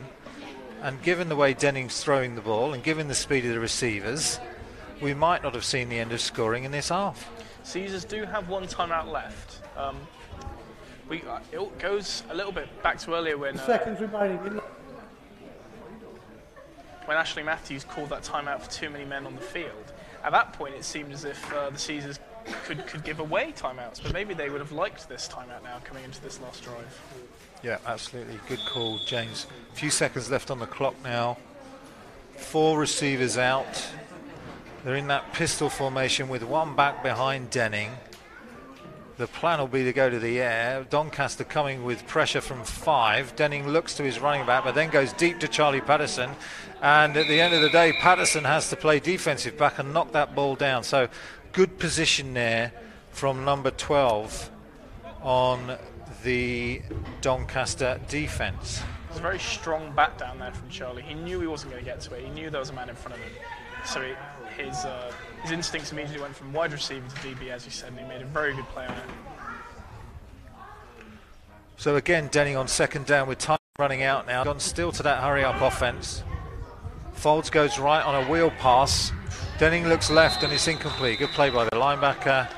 And that's what you want from your linebackers, coming up to take away those plays. That's Callum Watson. That is the end of the half. And that's the end of the half. Well, Jane, eventful half. Yes. We've seen some really good offense from the Nottingham Caesars, taking those 2 opening drives down for touchdowns. We've seen Doncaster with some life. And if Doncaster come out and get an early score in this second half, we could have a game. Yeah, the Caesars' explosive start, 2 amazing passes downfield. Admittedly, one of them did have some luck on it from Robbie Jones' tip back to his own player. But regardless, it has been a very strong start from both sides. The Mustangs have maybe made their own errors and been the worst enemy. I think that the Mustangs, really, those penalties at the end have chewed up a lot of time, and they've chewed up a lot of possible yards for them. They went back and forth within their own 20 5 or 6 times due to penalties. So we'll see if they're able to improve on that discipline in the second half. But I think the biggest killer for the Mustangs, if you can see on the screen right now, is just personnel. There's a lot of water going on board because a lot of them have been out there a lot of time. That's a lot. Yeah, we can see the Caesars coming off the field, so we're going to take a break, I believe, for half-time. Thank you for watching the first half. We're looking forward to some great football in the second half. England have won their World Cup game, so you can focus all your attention on the Nottingham Caesars versus the Doncaster Mustangs, and we will see you after the half-time break. Thanks for joining us.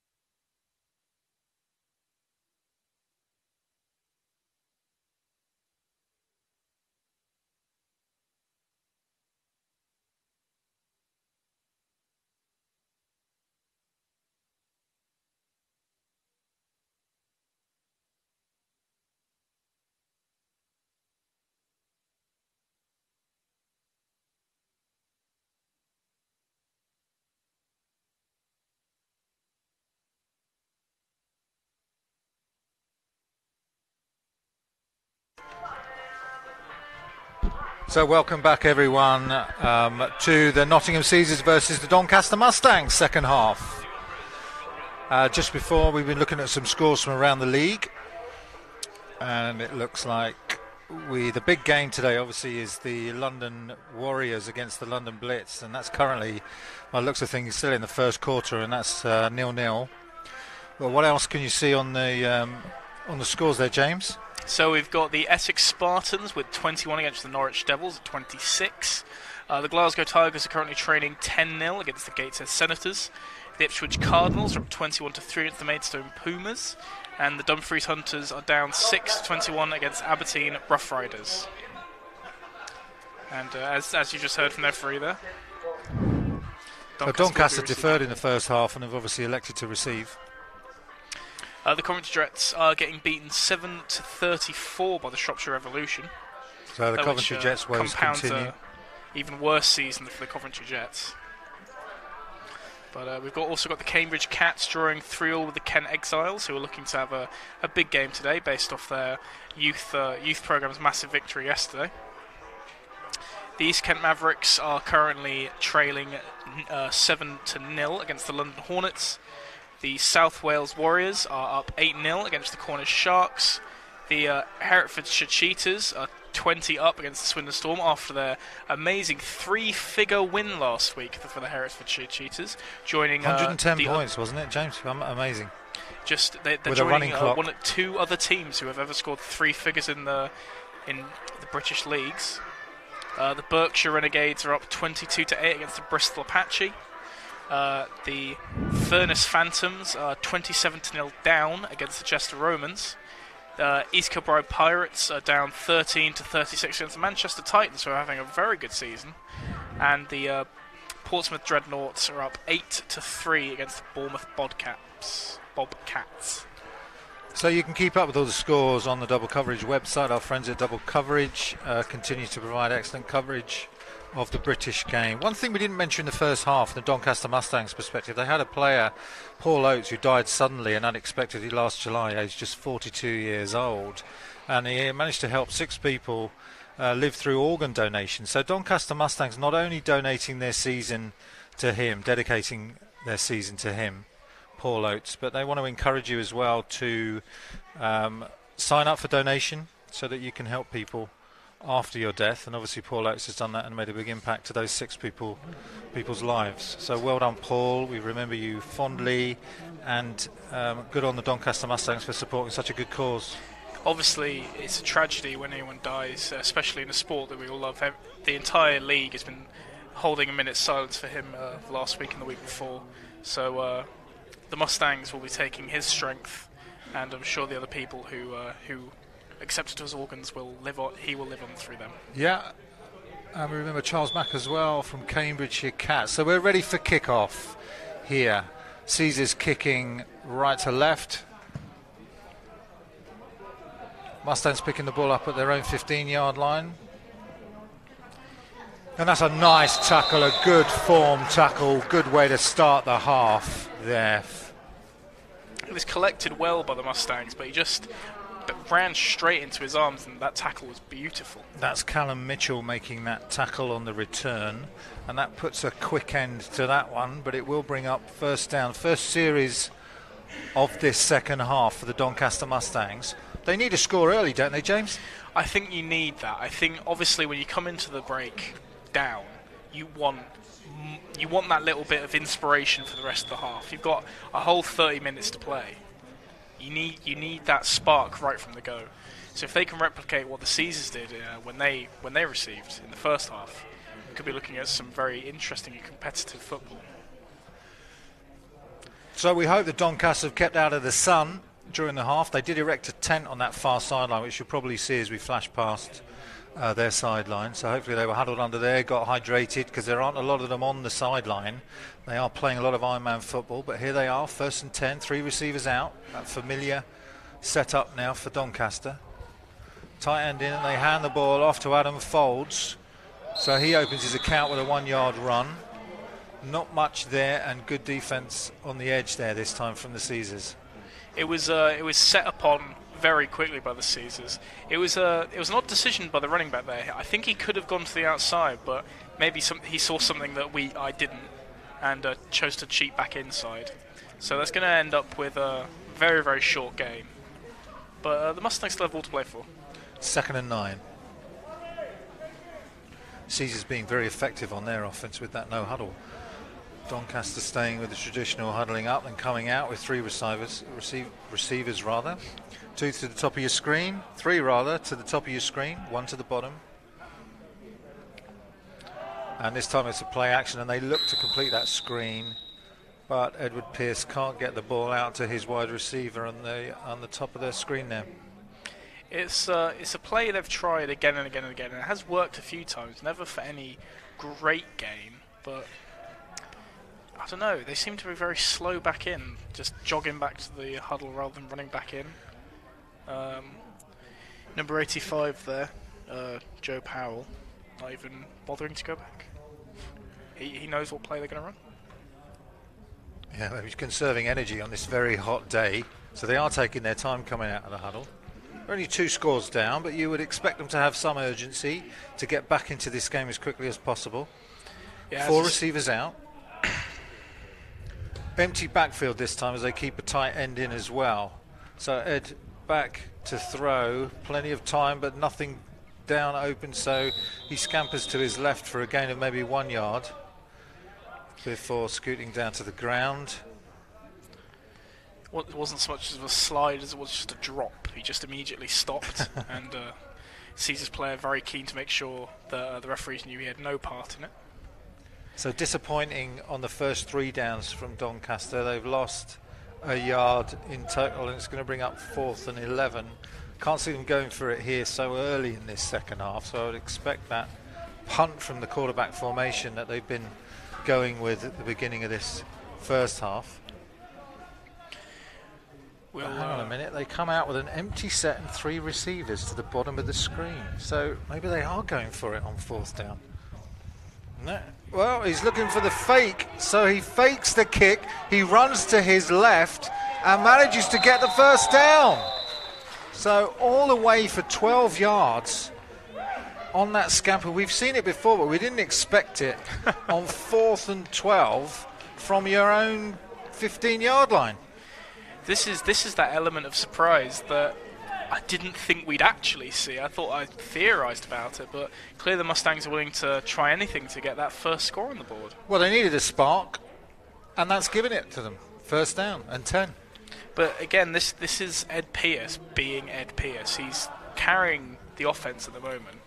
He's obviously being helped out by Joe Powell, who's made some sensational grabs, but let's just see how much more Ed can do for this team. So Caesar's defence will be very disappointed not to get them off the field at that point. As a defensive player, you're ready to go off and have some water, but you're still on. So we've got 5 defensive linemen stacking the line of scrimmage, maybe 6. They send 4. It's a run. It's Adam Folds, and he gets stuffed up the middle there, and that is that man again, Andrew Wilkins, who can't half bring a load and did so on that play. Yeah, Wilkins met there as part of a partnership with another defensive player and just hit him and drove him. There was never any chance of the running back getting some more yardage on that. It's going to be interesting to see what the Mustangs do. They haven't tried it really through the air yet. It'd be interesting to see if they're willing to. So Mustangs now 2nd and 7. 2 receivers at the bottom of your screen, 2 receivers at the top, 4 out, shotgun formation. Caesar's looking to blitz off that edge. Again, it's a run to Adam Folds, but this time they get him and chase him down from the backside. And that's Kieran Matthews showing some of his speed to come round that edge and make the tackle from behind. And there was a great piece of technique there from Kieran Matthews. He doesn't just tackle him from behind, he's There is no flag on the play. There is no flag on the play. There is no flag on the play. As I was saying, Kieran Matthews is constantly trying to rip those arms back, get that ball free, and possibly see that ball getting fumbled. But something possibly you taught him. Thanks for the props there, James. I don't want to take credit for that. I'm sure Kieran's learnt a lot since he's been playing for the Caesars. So it's 3rd and 9. Managed to get that first down from that 12-yard scamper on 4th down. Key play here. High snap. Pearce handles it well. Scampers to his right. And again, he's off running. He's looking, cuts back inside. And that's nice. Breaks a few tackles. And again, it's the first down. So Edward Pearce, coming out the first half, says, you know what? I'll do it myself. I don't think there's any denying, as I've been saying constantly, who the Mustangs are relying on for this offense. Ed has been sensational so far. And it's worth noting he's not their starting quarterback. He's their backup. With obviously a guy with some talent. He's throwing, he's running, he's punting, and he's keeping this Doncaster Mustang team in the game. So it's 1st and 10, 28-yard line of Nottingham Caesars, and the Mustangs are driving. It must be very frustrating for the Caesars after that almost 4th and out. So they have 2 slots in, 2 receivers. They hand it off again to Adam Folds, who's met quickly, and that's a nice contact there from the captain of the Nottingham Caesars defence, Ashley Matthews. And I was saying that maybe they wanted to try it through the air, but maybe they don't need to. They seem quite content just to keep driving up the middle. Or in some cases, if Ed just wants to scamper around the field and get 15 yards, that's up to him, I suppose. So the linebackers are shutting down this run game. We've had tackles from Andrew Wilkins, we've had tackles from Kieran Matthews, we'd have tackles from Ashley Matthews, but they can't seem to contain the quarterback, so they're going to have to make some sort of adjustment. We did see that towards the end of the first half, where Kieran was sort of spying the quarterback, but we'll see if that continues. 2nd and 9.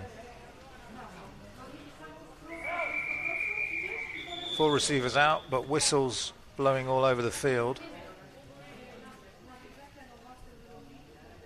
Dead ball. Delay game. Offence. Well, 5-yard penalty.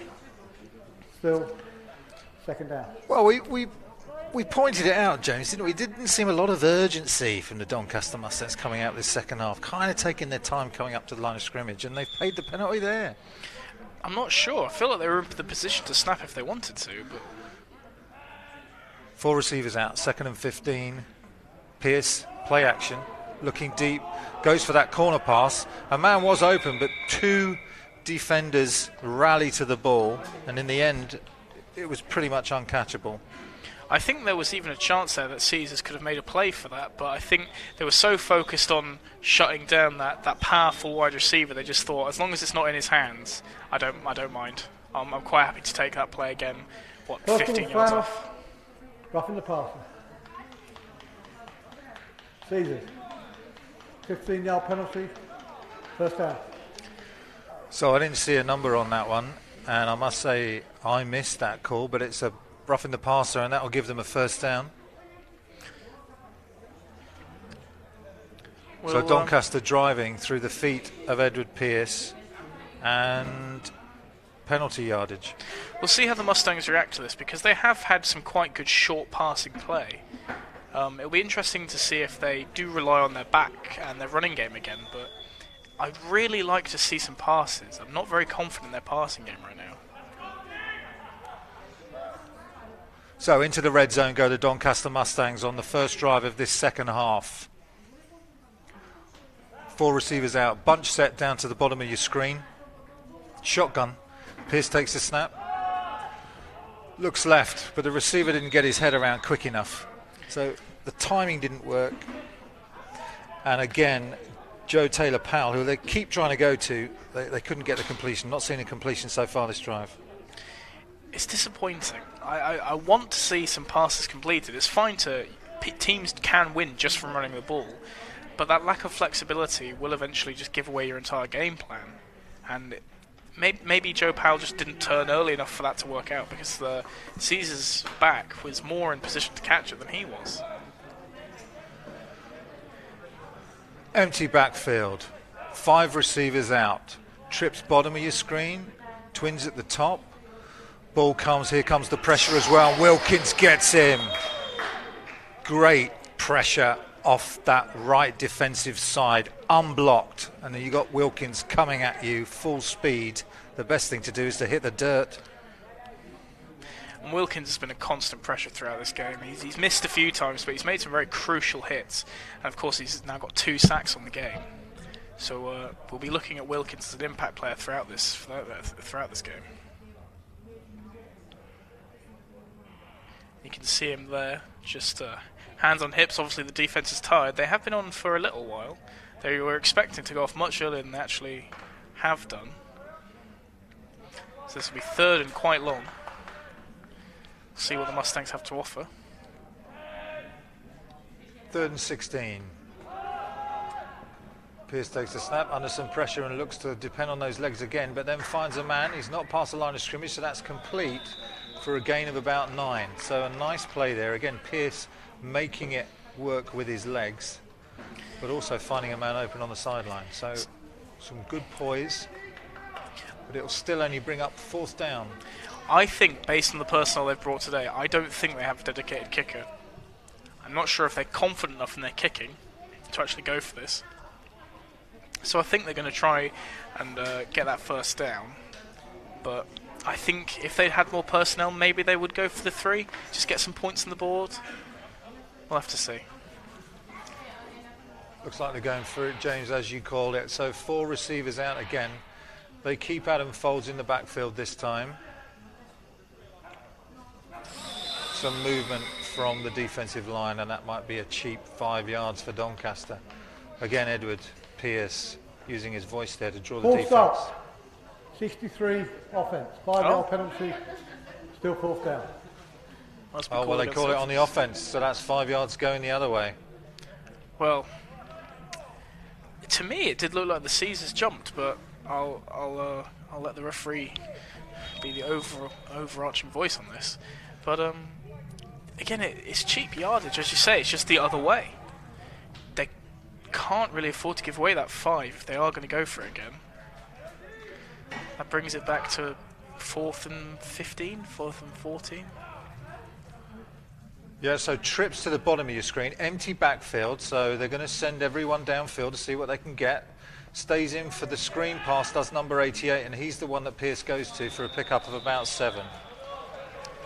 It was never going to be enough. I think that once the QB looked downfield and saw there was no one open, it was just a case of how many yards can we get so our defense can start taking over. And it was a nice, on a normal play, it was actually quite good, but it just wasn't enough on that occasion. So the Caesars will be taken over from their 15-yard line.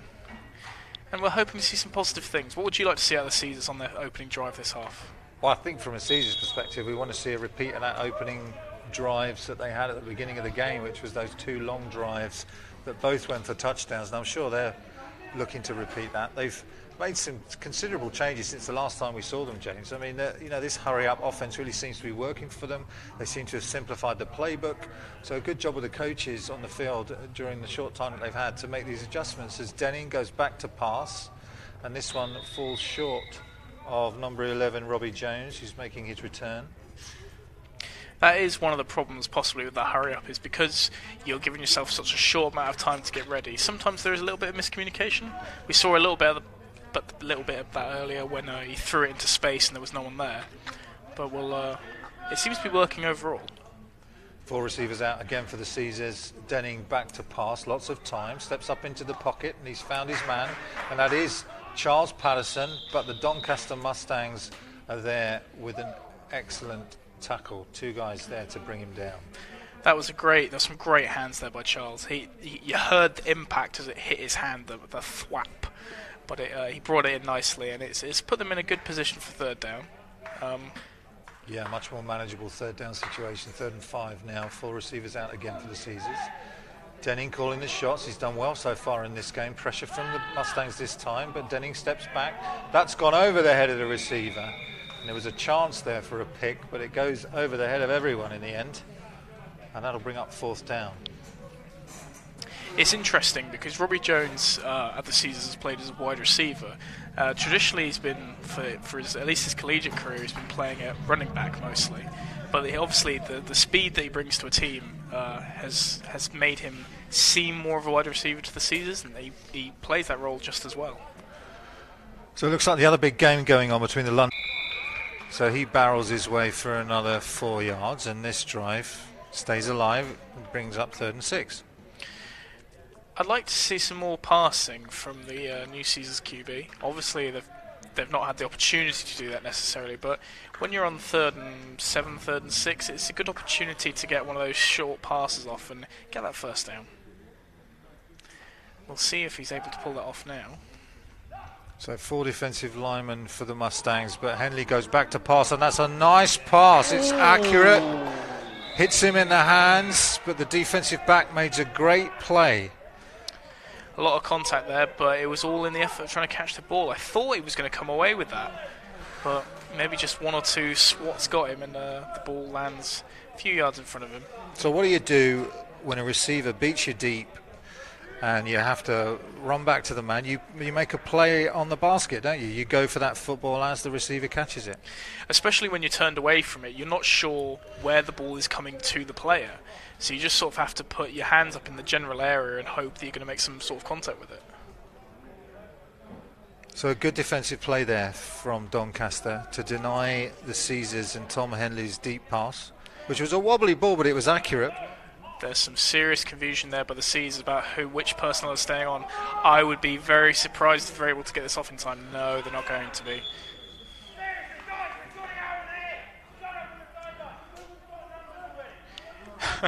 I'm sure you can hear Wilkins from there on the pitch what he's shouting. But so we apologise for Andrew Wilkins, as we do frequently. But there will be a delay of game. Ball. Substitution infraction. Offence. 5-yard penalty. Still 4th down. Okay. So substitution infraction on that one. So you don't hear that a lot, James. No, I was going to say I was sure it was delay of game, but it's the punt's going to go off regardless, just a few yards back now. See if the Caesars can do as well as they've done throughout their other punts this year. Good snap, good kick. It's a nice high kick. It takes a Doncaster bounce, this one. All the Doncaster players shouting away, away. And the ball is downed at the 24-yard line. I know it's always a risk when you're being punted to. I just feel like the Mustangs need to take some more chances. There's not that much time left. Obviously, they only need 2 scores to get the score back level. But maybe put a body there and try and run it, try and get a few extra yards. But on the other hand, you definitely don't want to turn it over there because then it's pretty much game over.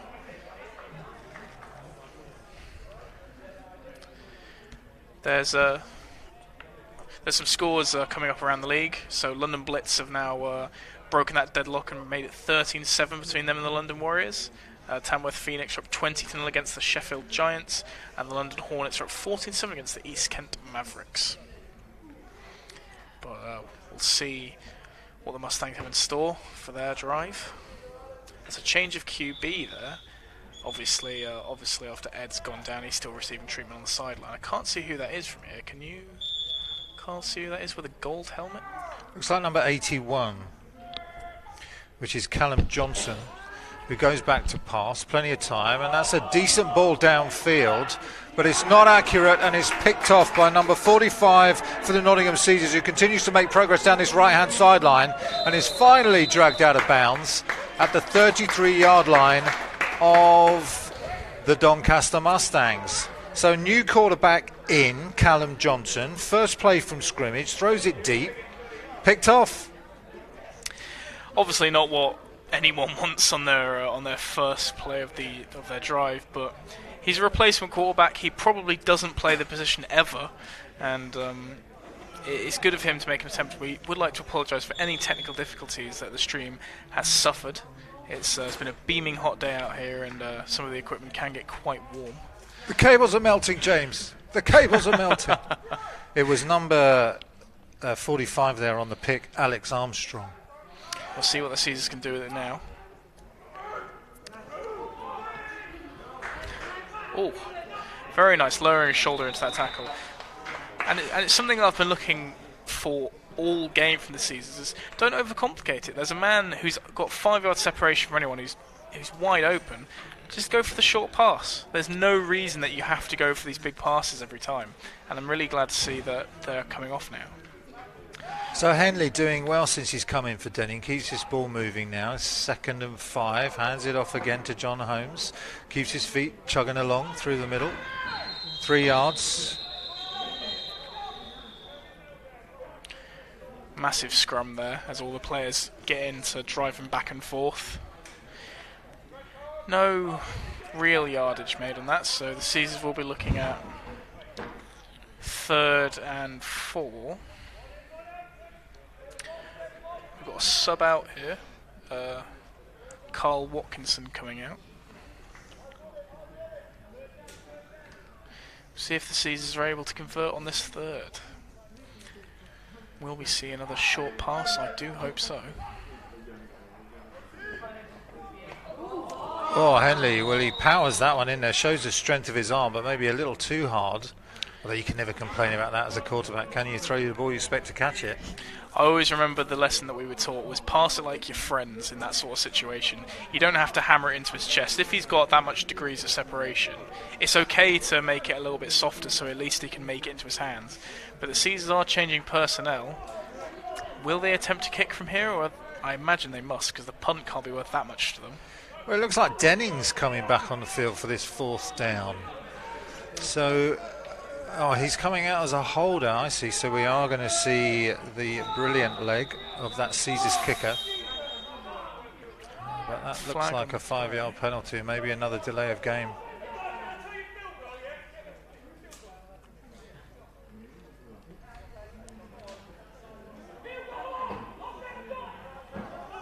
Substitution infraction, offence. 12 men on the field. 5-yard penalty. Still 4th down. So the Caesars with another substitution infraction, James. It's all very confusing. The Caesars thought they were going for the 3 points, then they didn't, then they thought they were again. But I think they've now hammered it down. They are definitely going to go for this now. So Henley comes back onto the field as quarterback on this 4th down situation. Shotgun, 4 receivers out, stays in the pocket, but overthrows his receiver, and that will be a turnover on downs to Shropshire. Number 22 there. Something you may have been able to hear there. For the first time, this game was a defence chant from the Doncaster sideline. This is the first time in the game that we've actually heard support from the sidelines for Doncaster, which every team needs. I think you need that. You need that 12th man. You need that little bit of invigoration from the sideline. And maybe it's a little bit too late for them. Well, I think you're right. I think they'd like more men on their sideline generally, not just a 12th man to support their team. So probably trying to conserve energy, but we're coming to the 4th quarter, so why not cheer? Well, we'll see if they're able to do more with the ball this time. Hoping, obviously, not for a pick, because that'd be quite the stat line. So 1st and 10 for Doncaster. They're 2 scores down. Number 81 there struggling to keep his feet, and he's finally brought down, so good pressure. Again, number 81, Callum Johnson's come in at quarterback. He's had 2 plays. One's been a sack, one's been a pick. He's been put in a very tough position. Obviously, he's not a quarterback. He's been told to hold the ball, and if you see something, throw it maybe, but I think that he's in the position now where he just sort of has to make the most of everything. He's having a bit of a word with the referee. Obviously, he's not that familiar with the position. There may be some things that he's not sure on, but he's going to lead his team the best he can. Yeah, a difficult position to be put in, as you say, James. So let's see what he can come out with on this 2nd and 13 play.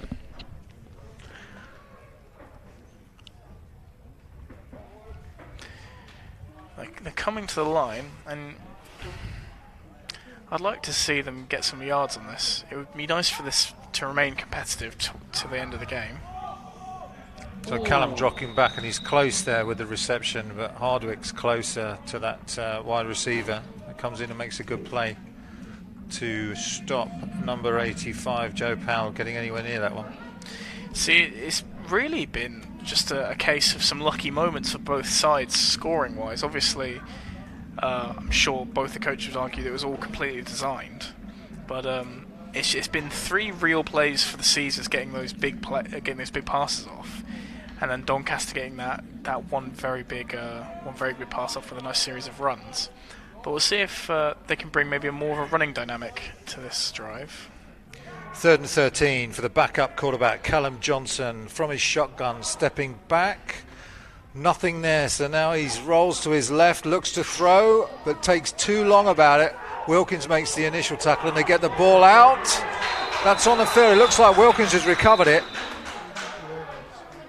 We're waiting for a signal from the referees. This could seal the game for the Nottingham Caesars. It looks like Callum Johnson may have done enough to retain the ball. But let's see the way the refs call it. Well, if it is Wilkins, this has been a very impressive day for him. This will be his 3rd sack regardless of what happens. The defence is running back off the field for Doncaster, so they seem confident that it's going to be on their terms. So the referee's discussing this one. Did the ball come out? Did Wilkins get it? Did Callum Johnson get it? They were fighting for the ball there on the ground. That's always a difficult call. It looks like Doncaster have retained possession since the Caesars are not leaving the field. And I think that's what the call's going to be, James. Regardless, as I said, very impressive day for Andrew Wilkins. This is his 3rd sack of the day. But I'm not sure how much worse it can get for Doncaster at this point. Obviously, they've made no yardage. They've been sacked 3 times out of 4 this drive. Twice out of 3 times this drive. What are they going to go for here? So they punt the ball away on 4th down into space. Hardwick's having a look at it, but it takes an odd bounce for him and probably takes him out, but he picks it up anyway. And perhaps not advisable to do that with all those Doncaster players who are still playing with a good deal of heart. Take him down for no gain on the return. Their punt style, obviously with their reduced men, is causing a bit of confusion amongst the Caesars. Obviously they expected it at that time because they had a man back. But not having that man far back for the punt, just having him punt from effectively the line of scrimmage is working for Doncaster in this game. It's just all the pieces aren't there. That's both literally and metaphorically. There just aren't all the players they want, and it's just not quite clicked today. So Tom Henley, the rookie quarterback for the Nottingham Caesars, a junior last year, comes out for his 3rd series. Let's see what he can do with the ball. Obviously, we'd like to see more than last time. 4 receivers set. Henley looks left, throws left, and that's complete. That's a nice pass, a nice pick-up on a 1st down on the slant play. That's to his slot wide receiver. These are the things that I think both teams today have needed to implement more into their offenses. It's shorter passes. Obviously, on a slant, it can go for quite a long time, but Tom was able to identify when it needed to be delivered. So Danny Johns on the receptions. They stay with this hurry-up offense, which has worked for them so far. The handoff there is a good hole up the middle there, and that gave John Holmes. Let's keep it together, boys. A bit of frustration there by number 44 on the defence for Doncaster. Yeah, that's Craig Jones. The heat's getting to him, James. Obviously, both teams are very keen to make sure that nothing evolves from that. It's just a heat of the moment thing, if you'll forgive the pun. Very good. Heat of the moment, I like it. So 2nd down. Henley back again from the shotgun, looking to his right-hand side this time. He has a man on the sideline. That's the running back, John Holmes, who turns back inside. John Holmes was taken down by the exact same guy there on that play again. He's having to come all the way across the field just to take John down. Yeah, good spot. So that defence is tiring. Change of play at the line. Getting his players lined up, 4 receivers. That's short again to the sideline, but couldn't hold on to this one. That one was maybe a bit low for number 85. Hurry up is still in effect. All the wide receivers are jogging back to the line. So that's Chris Peacock without a reception today, number 85 on the Caesars team. Couldn't haul that one in. But this is another thing this season. They've had a very diverse offense. They've been throwing to different wide receivers. We just haven't seen that from Doncaster this game. Shotgun, pistol formation. Henley back to pass, rolls to his right. Lofts the ball up, but too short. That would have been a very difficult make there. He made the attempt at it, and got to credit him for that, but that would have been a very difficult make. So now they're left at 3rd and 10 after what seemed like a very promising drive. I can't imagine the Caesars will be too upset with how this game's gone so far, especially this drive with the backup in. Let's see if Tom can convert on 3rd and 10. 3rd and 10, maybe going to look for that slant play again that they've had success with before, but this time 17 runs an out, so they go the other side. It wouldn't have been enough anyway, but it does slip through his hands. As I say, I don't think there's any necessarily any urgency in the Caesars to score. I feel like they think they're in control. Obviously, with Doncaster losing their quarterback, they can feel much more secure in their position. The punt team has come on for the Caesars. So trying to get the ball into these younger receivers' arms, Callum Mitchell, Chris Peacock, 2 names we've not called today, but some incomplete passes, and that last one incomplete to Chris Peacock. So that brings up 4th down and 10 in a punting situation. It's good to see that Ashley Matthews there was counting the personnel on the field just in case they had too many men on again. But that is going to be a lovely punt. Oh! Well, what a shame. He made all the effort to run down the field and then stumbled into the end zone instead of managing to get out of bounds. But a good effort there from Kyle Pearson. The referee seems to have called it at the 1. So the referee, they've placed the ball at the half-yard line, but it did look like he just stopped and then went into the end zone. I think the Caesars player there is going to argue that he intentionally put himself out of bounds. But they are going to have a meeting about it. Head referee seems quite happy to have it down at the 1, which is an amazing punt in the end there. On the 1. So I wonder if we could see a replay of that one. But I wish I could. I wish I could see if he definitely was in or out. Yep. But that's a confirmation yep from the referee there, saying it's definitely down at the 1. Very impressive punt in the end and fielded by the special teams. I do feel like Doncaster may feel a bit cheated there, but it's up to the referees at the end of the day. Well, if Chris Jarvis, referee, says it's okay, then I guess it's okay with us. We couldn't get you a replay on that, but an interesting play. Ball's placed the 1-yard line, and Doncaster's woes continue with a backup quarterback, Callum Johnson, in his own end zone, trying to get out to salvage some pride from this game. They're in the shotgun. As far as things go, I'm not sure what Doncaster does at this point because of the heavy pressure the Caesars are able to apply on defence. You have to look for these short passes just to get out of the end zone. They're not going to get through them, so they're going to have to try and go around them. I'm not sure how confident they are at doing that. Doncaster about second and stop on their own.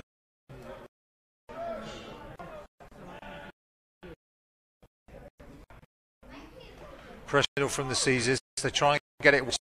They do, but about an incomplete. It's So worth again, sorry, I was just saying it's worth noting actually that Ed has actually come back in. oh well, that's good to just see. And noticed that's that. a good spot, James. So number 10, Edward Pearce, back on the field. Really good to see, especially after he was down so long being treated by medics. He seems on, and that's really, really good. Was trying there again to go to Paul Weston, who's, as you've pointed out earlier, is the head coach, and that safety valve that they were using throughout the game to try and get them some breathing space. But unfortunately, incomplete. So they're still 3rd and 10, backed up in their own end zone with 4 receivers out.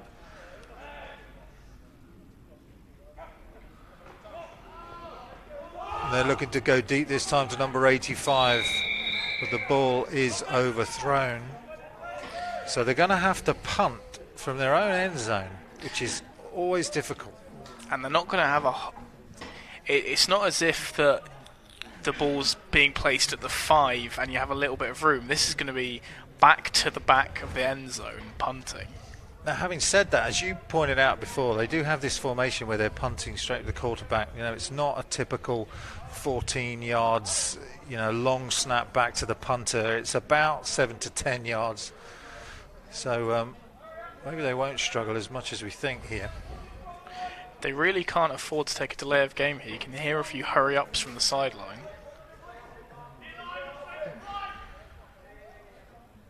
So here we go on 4th down from their own end zone. And the whistle goes. No movement that I saw, so maybe that's a delay of game. I would... I can't see actually, but I think they have actually... Delay game. Offence. Half distance penalty. Replaying 4th down. After coming back in for that one play, Ed's gone off again. So that was a penalty of about an inch. Ed has gone off again, and his replacement has come in. I would be very keen, if I was the referee, to watch his replacement's back foot, because he was touching the line of the back of the end zone there. And as we know, it would result in a safety if that were the case. If he were to take that ball out of the back of the end zone. Oh no, Ed is back. I apologise.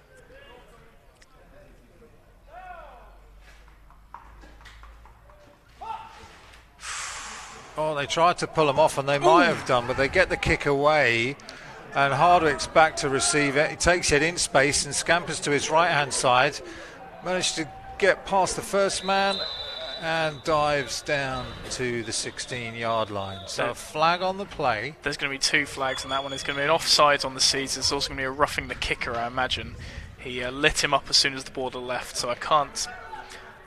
they might actually get their first down.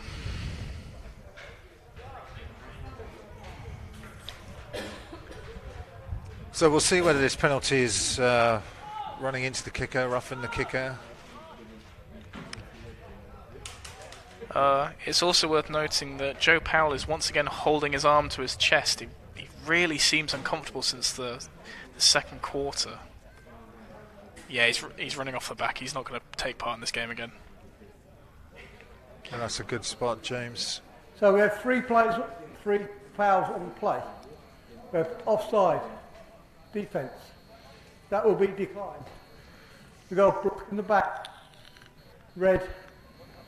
That will be declined. We've got a personal foul. Roughing kicker. Well, 15 yards from the previous spot, first down. That's a real shame for the Caesars. They had them backed up to the back of the end zone, and now they've given them a lot of breathing room. I don't know whether they'll be made to pay for that, but it's a shame from the Caesars perspective. Yeah, and it's the expectation on the defence. You have a team backed up in their own end zone. You want to come with pressure. You want to get the block. There's an expectation you're going to get a piece of the ball, but they've just gone too hard at it. And it's backfired and brought the Mustangs out to the 15-yard line. See what the Mustangs are able to muster up and get away. I can't imagine we'll see Ed running about that much, but he'll be looking to make some plays through the air, hopefully. It's handed off for no gain again. When you're playing from behind, trying to get these short little run game, I'm not sure it's going to work for them. They're really going to have to take some more chances if they want to get back into this game. Those of you following the Warriors and the Blitz game will see that one has become more competitive at the half. It was London Warriors going in with a 1-point lead over the London Blitz, 14-13. So battling it out for the Premiership title there, the Warriors and the Blitz. Always competitive. See, I initially thought that Joe Powell wasn't going to take any more part after holding his arm against his chest, but he has actually come back on. He's close. He's closest to you on screen now. Clearly, he's got that competitive spirit. So here's Pearce back to throw with that deep arm, and he does go to Powell again, but it's over everyone's heads. So with nothing to lose, these two are just letting loose Ed Pearce and Joe Powell. I don't know if you're able to see it when the play actually got snapped. He's not running quite right. You can see even when he's walking, he's sort of favouring one leg more than the other. Hopefully everything's okay there. I think it's probably just a minor thing. But he is going to jog over now to the huddle. definitely struggling with something, but staying in the game, and all fair play to him. Battling it out with his teammates. Nottingham with a comfortable 20-6 lead, but Doncaster still showing a lot of spirit in this one. Trying to go deep and get that score. It's always good to see the team behind just keeping going, not giving up, not running any safe plays that they know will just get them a yard or so. They are trying, but they need it to pay off. So Pearce in shotgun, some movement from the defence that time, and we'll see what the referees decide that is, and listen from Chris Jarvis. Ball starts. Number 4, Mustangs. 5 penalty. Still third down. So as much as the Caesars are reacting to the snap, they are managing to stay onside. It's just a case of them being very, very close to going offside. But I think the Mustangs can't really complain about that. A lot of them moved before the snap. We'll see if they're able to do anything late, very late into this fourth quarter now. So shotgun again for Pearce, drops back, looks to his right and hits his man. That's a nice play on the sideline. That's a catch and out of bounds to number 22, who also plays defensive back. We've called his name a couple of times, James Sorali. That's a real shame that he wasn't to stay in bounds. He had a very good turn. I think he could have been away, but obviously had to take that step out to make the catch. So that's going to bring up fourth down. What do you think? Do you think they go for it here? I think they have to if they want to have any chance of drawing this game up. But it's so close to their own end zone that if they do go for it and fail, they're basically letting the game slip away. All right, let's see what they do with Ed Pearce back. Good to see him back on the field. We've got twins left. Drops back to pass, looks to his right and goes right. And that looks like it's going to be incomplete. They go for the same play again to Sawali, but this time incomplete. There's some good respect there from both sides, giving each other the claps and the pats on the back as they walk off. There's a lot of respect there for going for it, even though they could have punted and played it safe. And I think that'll pretty much end it for the Mustangs. Obviously anything can happen in American football. There is still a very good chance that things could go wrong, but I think the Seas are going to look to be very dominating in this last few minutes of this game. So if you're interested you've been watching the game, and you're interested in getting involved with any of these clubs, the Doncaster Mustangs, they play at Wheatley Hills Rugby Club in Doncaster, Sundays, 10 till 1 every Sunday, with midweek sessions that start in July. And the Nottingham Caesars train here at Harvey Haddon, 8 till 10 on Wednesdays, and Sunday, 10 till 1 p.m. Always looking to recruit new players, get people involved in a range of different ways in which you can get involved in American football. So Henley back to throw, and that's that slant player Glenn, and he's accurate with the ball, but the receiver couldn't hold on. He does like to zing it in there on those slant plays, doesn't he? It does appear that he jammed the finger a little bit with the receiver, but I feel like he's been a little bit down by his receivers there. He's getting the ball there, it's just not... Perhaps there is just too much zing on the ball. So that's Andrew Lovett, who couldn't hold on to that and is going to go back to the huddle and say, Tom, what are you doing? You nearly broke my finger. Oh, great catch, and he's got to run this in from there, yes. That's a great touchdown from number 42. We don't have a name. It's come up a couple of times, and we don't have him listed on the Nottingham Caesars roster. But congratulations to him. And that's really going to... So Chris Jarvis just confirming it was a touchdown, I believe. But again, that was what I was saying before Doncaster went for that fourth down. Effectively, you're handing the reins over to Nottingham if you go for it, and that's what's happened. But good on them for trying. So Jack Winfield on number 81 for this kick. He's been good so far, only missed 1 point after, and that was on a muff snap, and he's good again. So the kicks he's been able to get in the air, he's converted. He is a hell of a kicker, Jack Winfield. He used to play soccer and is new to American football, but really making an impact with his leg.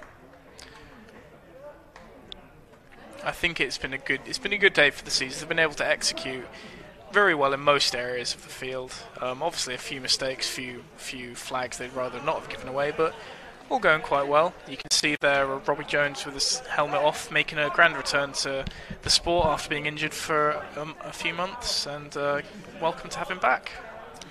So as the referees get the players lined up, it's worth reminding you all today's officials are members of the British American Football Referees Association. If you want to find out more about how to become a referee in American football, you can visit the Bafa website at www.bafra.org. And you do rely on these to make these games happen. Every potential, obviously, here at Onside, we're a lovely addition to the game. We're able to help game, but we do rely on referees and people who can't play to make this game work. So it's a short kick, takes a bounce. Doncaster are going to field this. Number 22, Suleiman, we've talked about before, tries to make a player miss, but the Nottingham Caesars are there en masse to bring him down at the 25-yard line. He's there for the returner. No, but I think it says a lot about the Caesar special teams today, that when they've been able to close down most of these returns fairly quickly. We have seen even the Coventry Jets did manage to run one back Caesars, but they seem to have improved in their special teams, not leaving these big holes that were there against the Jets, and against the Falcons as well. The Falcons were able to return one against the Caesars, so we will see if the Caesars are able to continue that special teams dominance in the coming weeks. So the Nottingham Caesars defence, they've had a good second half. They have given up a touchdown, but they've played strong. They've not allowed Adam Folds to run the ball as he did in the first half. Those linebackers of Wilkins, Matthews, the two brothers there playing as linebackers, they've played well, as have the defensive backs. Let's see what they've got in this last series, see if they can hold this just to one score. So they've got number 22, Serali, in the backfield here. James Serali, who's been playing some defensive back, he's been playing some receiver, and now he's in the backfield. I'm sorry, that's not Serali, that's number 25. And that is Eric Gui. It's a good change-up. I haven't seen that play from them, I believe, in this game. But I think this is a good time to try some things that you're not that confident on. Get some plays in that you think will work in future games, but just give them a bit of a testing and a real game experience. Yeah, and if Ed Pearce is a bit banged up still from that ankle injury he took on that tackle from Kieran Matthews on the point after attempt, then they've now got two running backs in the backfield, lined up one behind the other. But they're going to fake and go deep, but it's thrown over the head. It seems to me almost as if there's a breakdown in communication between Ed and Joe, because Ed seems to believe that where he's throwing this ball, Joe will be. But I believe that's a 2-minute warning. That the referee's blowing for. But yeah, I think Ed is throwing the position where he thinks Joe can be. It's just Joe isn't getting there because of this. 2-minute warning. Both teams, 3 timeout. So 3 timeouts, both teams left. 3 timeout. We'll see if Doncaster are going to stop the clock on this drive and see whether they can get an additional score. They're happy just to run it out. They're going to remain with those 2 running backs in the backfield this time, a formation we've only seen on this series. So they line up in a kind of pro-set formation behind the quarterback who's still in the gun. 2 receivers out. Running back split right and left, and they're going to go to the right-hand side to Serali, but he's not able to work his way back to the football. The play almost worked. He was open when the ball was coming to him. It just was a step and a half behind. But it's a play that could have worked. It'll be interesting to see whether the Mustangs are just going to stick to, as you say, just happy to grind this game out till its conclusion. I can't imagine there will be. The fighting spirit they've been showing on both sides of the ball would lead me to believe they are still going to try and get that touchdown. But we'll have to see. They are 21 points behind us. They would need 3 converted touchdowns. But stranger things have happened. Absolutely, James. 4th down. Looks like they're going to run a play. Those running backs still in the backfield, lined up in that pro formation. 2 behind the quarterback. Quarterback's in shotgun. Lots of pressure coming from the defense now. They're sending 6. And they nearly get to him, but Ed Pearce again with those quick feet. But he's not going to have enough for the first down. He's going to be well short. So he picks up 2 yards. I was about to say I'd be very wary if they were going to go. That was the problem I thought would happen. Ed's hobbling again. It's always very risky, I think, to send a player on who has already been injured. There was no way they were going to punt it if his good foot's been injured. I never know how to feel. What would you return a player as key as that to your team, even if you've been injured? Time of the game, 1:39. I think you ask the player, don't you? And I think Ed's. So Tom Henley still in for the Caesars. Tries a little. It's kind of vertical play up the sideline here, but thrown quickly to number 8, Kieran. Caesars wasting any time though. They're looking for their plays to be given a pitch. Still in this hurry-up offence. Less than 2 minutes to go now. Henley seeing what he can do. We've got 4 receivers out. Running back comes to his right-hand side, and it goes to the running back, but he can't hold on to the ball. So that's John Holmes, who's had a good game today, I think, but just couldn't hold that one in. I think John Holmes had a much better day receiving than he has running. I think Tom is getting very unlucky with his throws. A few of them have perhaps been a bit too hard, but I feel like a few of them are gimmies. I feel like a few of those have been gimmies where they've just been let down a bit. Yeah, he had enough touch on that football. We've seen him zing a few of them in there, and he had touch on that ball. It was good enough for John to catch. But here's a handoff to John Holmes over that right-hand side, and that's going to pick up a good 4 yards. A good low tackle there, and he'll leave the Caesars with 4th and 7, but not going to be any huge rush to get this all done. Tackle from Chris Swinburne there of the Doncaster Mustangs, who's a stalwart, been around the club for a long time. So they're going to go for the kick here. This will be a good, nice long kick. So we get to see Jack Winfield's leg. Ball's on the 29-yard line. So he took a 46-yard attempt. Let's see how he gets on with this. It's going to be short and returnable. So out comes number 81, who's been playing quarterback and all over the field, and he goes to his right-hand side, gets to the sideline, and that's where he's met. It's a nice tackle on the sideline. Takes a big shot there. The player is down. Hopefully it's nothing too serious. So that's Callum Johnson making the return. We've seen him at receiver, we've seen him at kick returner, we've seen him at quarterback. Turnover and down. And he's been giving his all today in the game for the Doncaster Mustangs that have brought a very reduced squad. 39 seconds left in the game. With only 39 seconds left to cut, Mustangs will still go for it. They're still going to actually make an attempt at scoring, but I'm gonna finally call it and say this has been a good game for the Caesars and a good win for them as well. Well done, James, going out on a limb there, calling the game this with 39 seconds left. Hey, I wanted to make sure. I wanted to be definitely sure. Quite right. Commentator's prerogative. So they come out with that 2 running back set, 2 receivers to the bottom of your screen, 1 receiver at the top. They hand it off this time to number 25, who tries to get around the right-hand side with a nice diving tackle there from his middle linebacker position, Ashley Matthews. And he's had a good game, captained that defence well, called the timeout when he needed to. He's played smart, and he's been solid in the middle of that defence. If you were to give a player of the game to the Caesars, who would you say today? Who's impressed you the most? I think Patterson's been very good, a receiver. I think Denning's been good. I'd go offence just because of the number of opportunities they've created for themselves. This is Gooey now on 3rd down, scampering down the right-hand sideline, and he looks very close to a first down. So that's a nice play from Eric Gooey, who we've not seen at that running back position too much. It's mostly been Adam Folds. He's getting some carries and making a difference.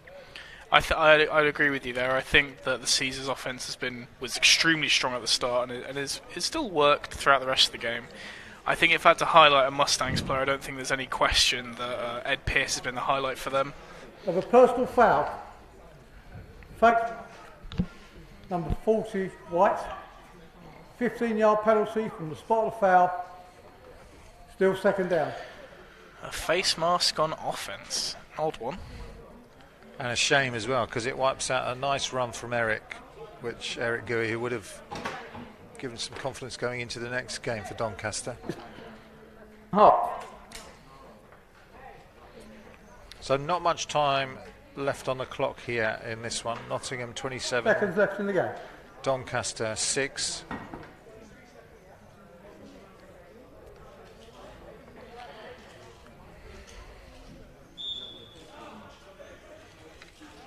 Three backs in the backfield now for Doncaster. We haven't seen this formation. It's play action. Man stays in to block and the ball goes up and it falls incomplete. 3 Nottingham defenders around the football, but they couldn't haul that in. Thank you. The game is over. Thank you. So the game is over and Nottingham Caesars have won the game. 27 points to Doncaster's 6 points. Strong offensive performance on the Nottingham Caesars that we've been wanting to see for, and they've delivered today. They came out, they scored on the first 2 drives that they had, and they built from there. I think it shows a quality that they've been looking for, the Nottingham Caesars.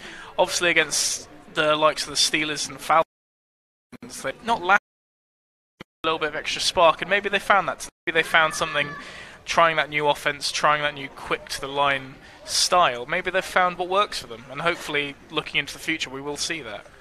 Yeah, and they got those 2 scores early, and they never really looked like they were going to allow the Doncaster Mustangs back into this game. Even when Doncaster scored, you then had that injury to Ed Pearce, which kind of put them in a situation where they get the score but lose their starting quarterback. And whilst they had brought on number 81 to come in and fill in for Edward rather, it never really looked like the same team after that.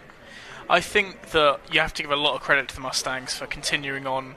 After quite a number of players have been injured, there's a lot of players who aren't here today. They're thin on numbers, but they still made a very competitive game for a lot of the game. Obviously they suffered towards the end. I think you can only say that when you have players that are tired, and especially in this heat out in the field, that they're going to suffer a little bit. But I think they've made a very good stand here against the Caesars, and it didn't go their way, but I think they can leave with their heads held high.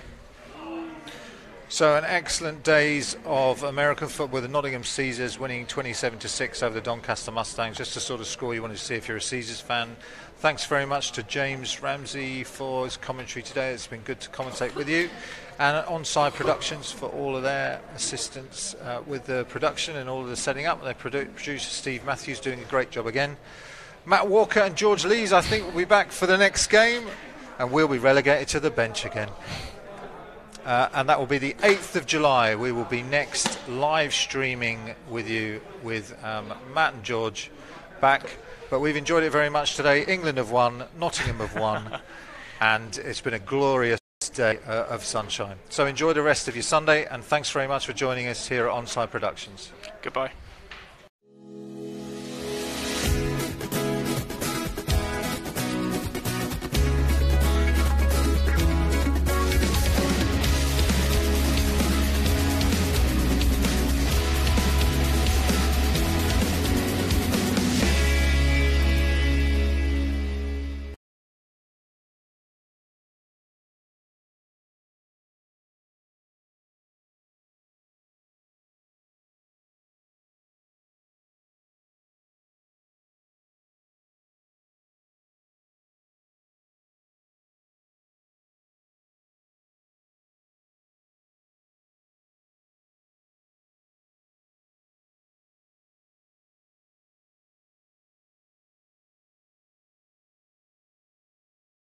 Multiply on defense. You have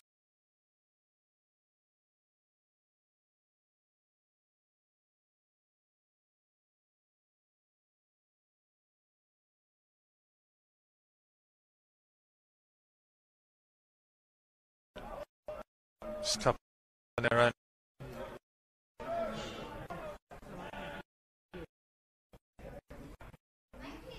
Pressure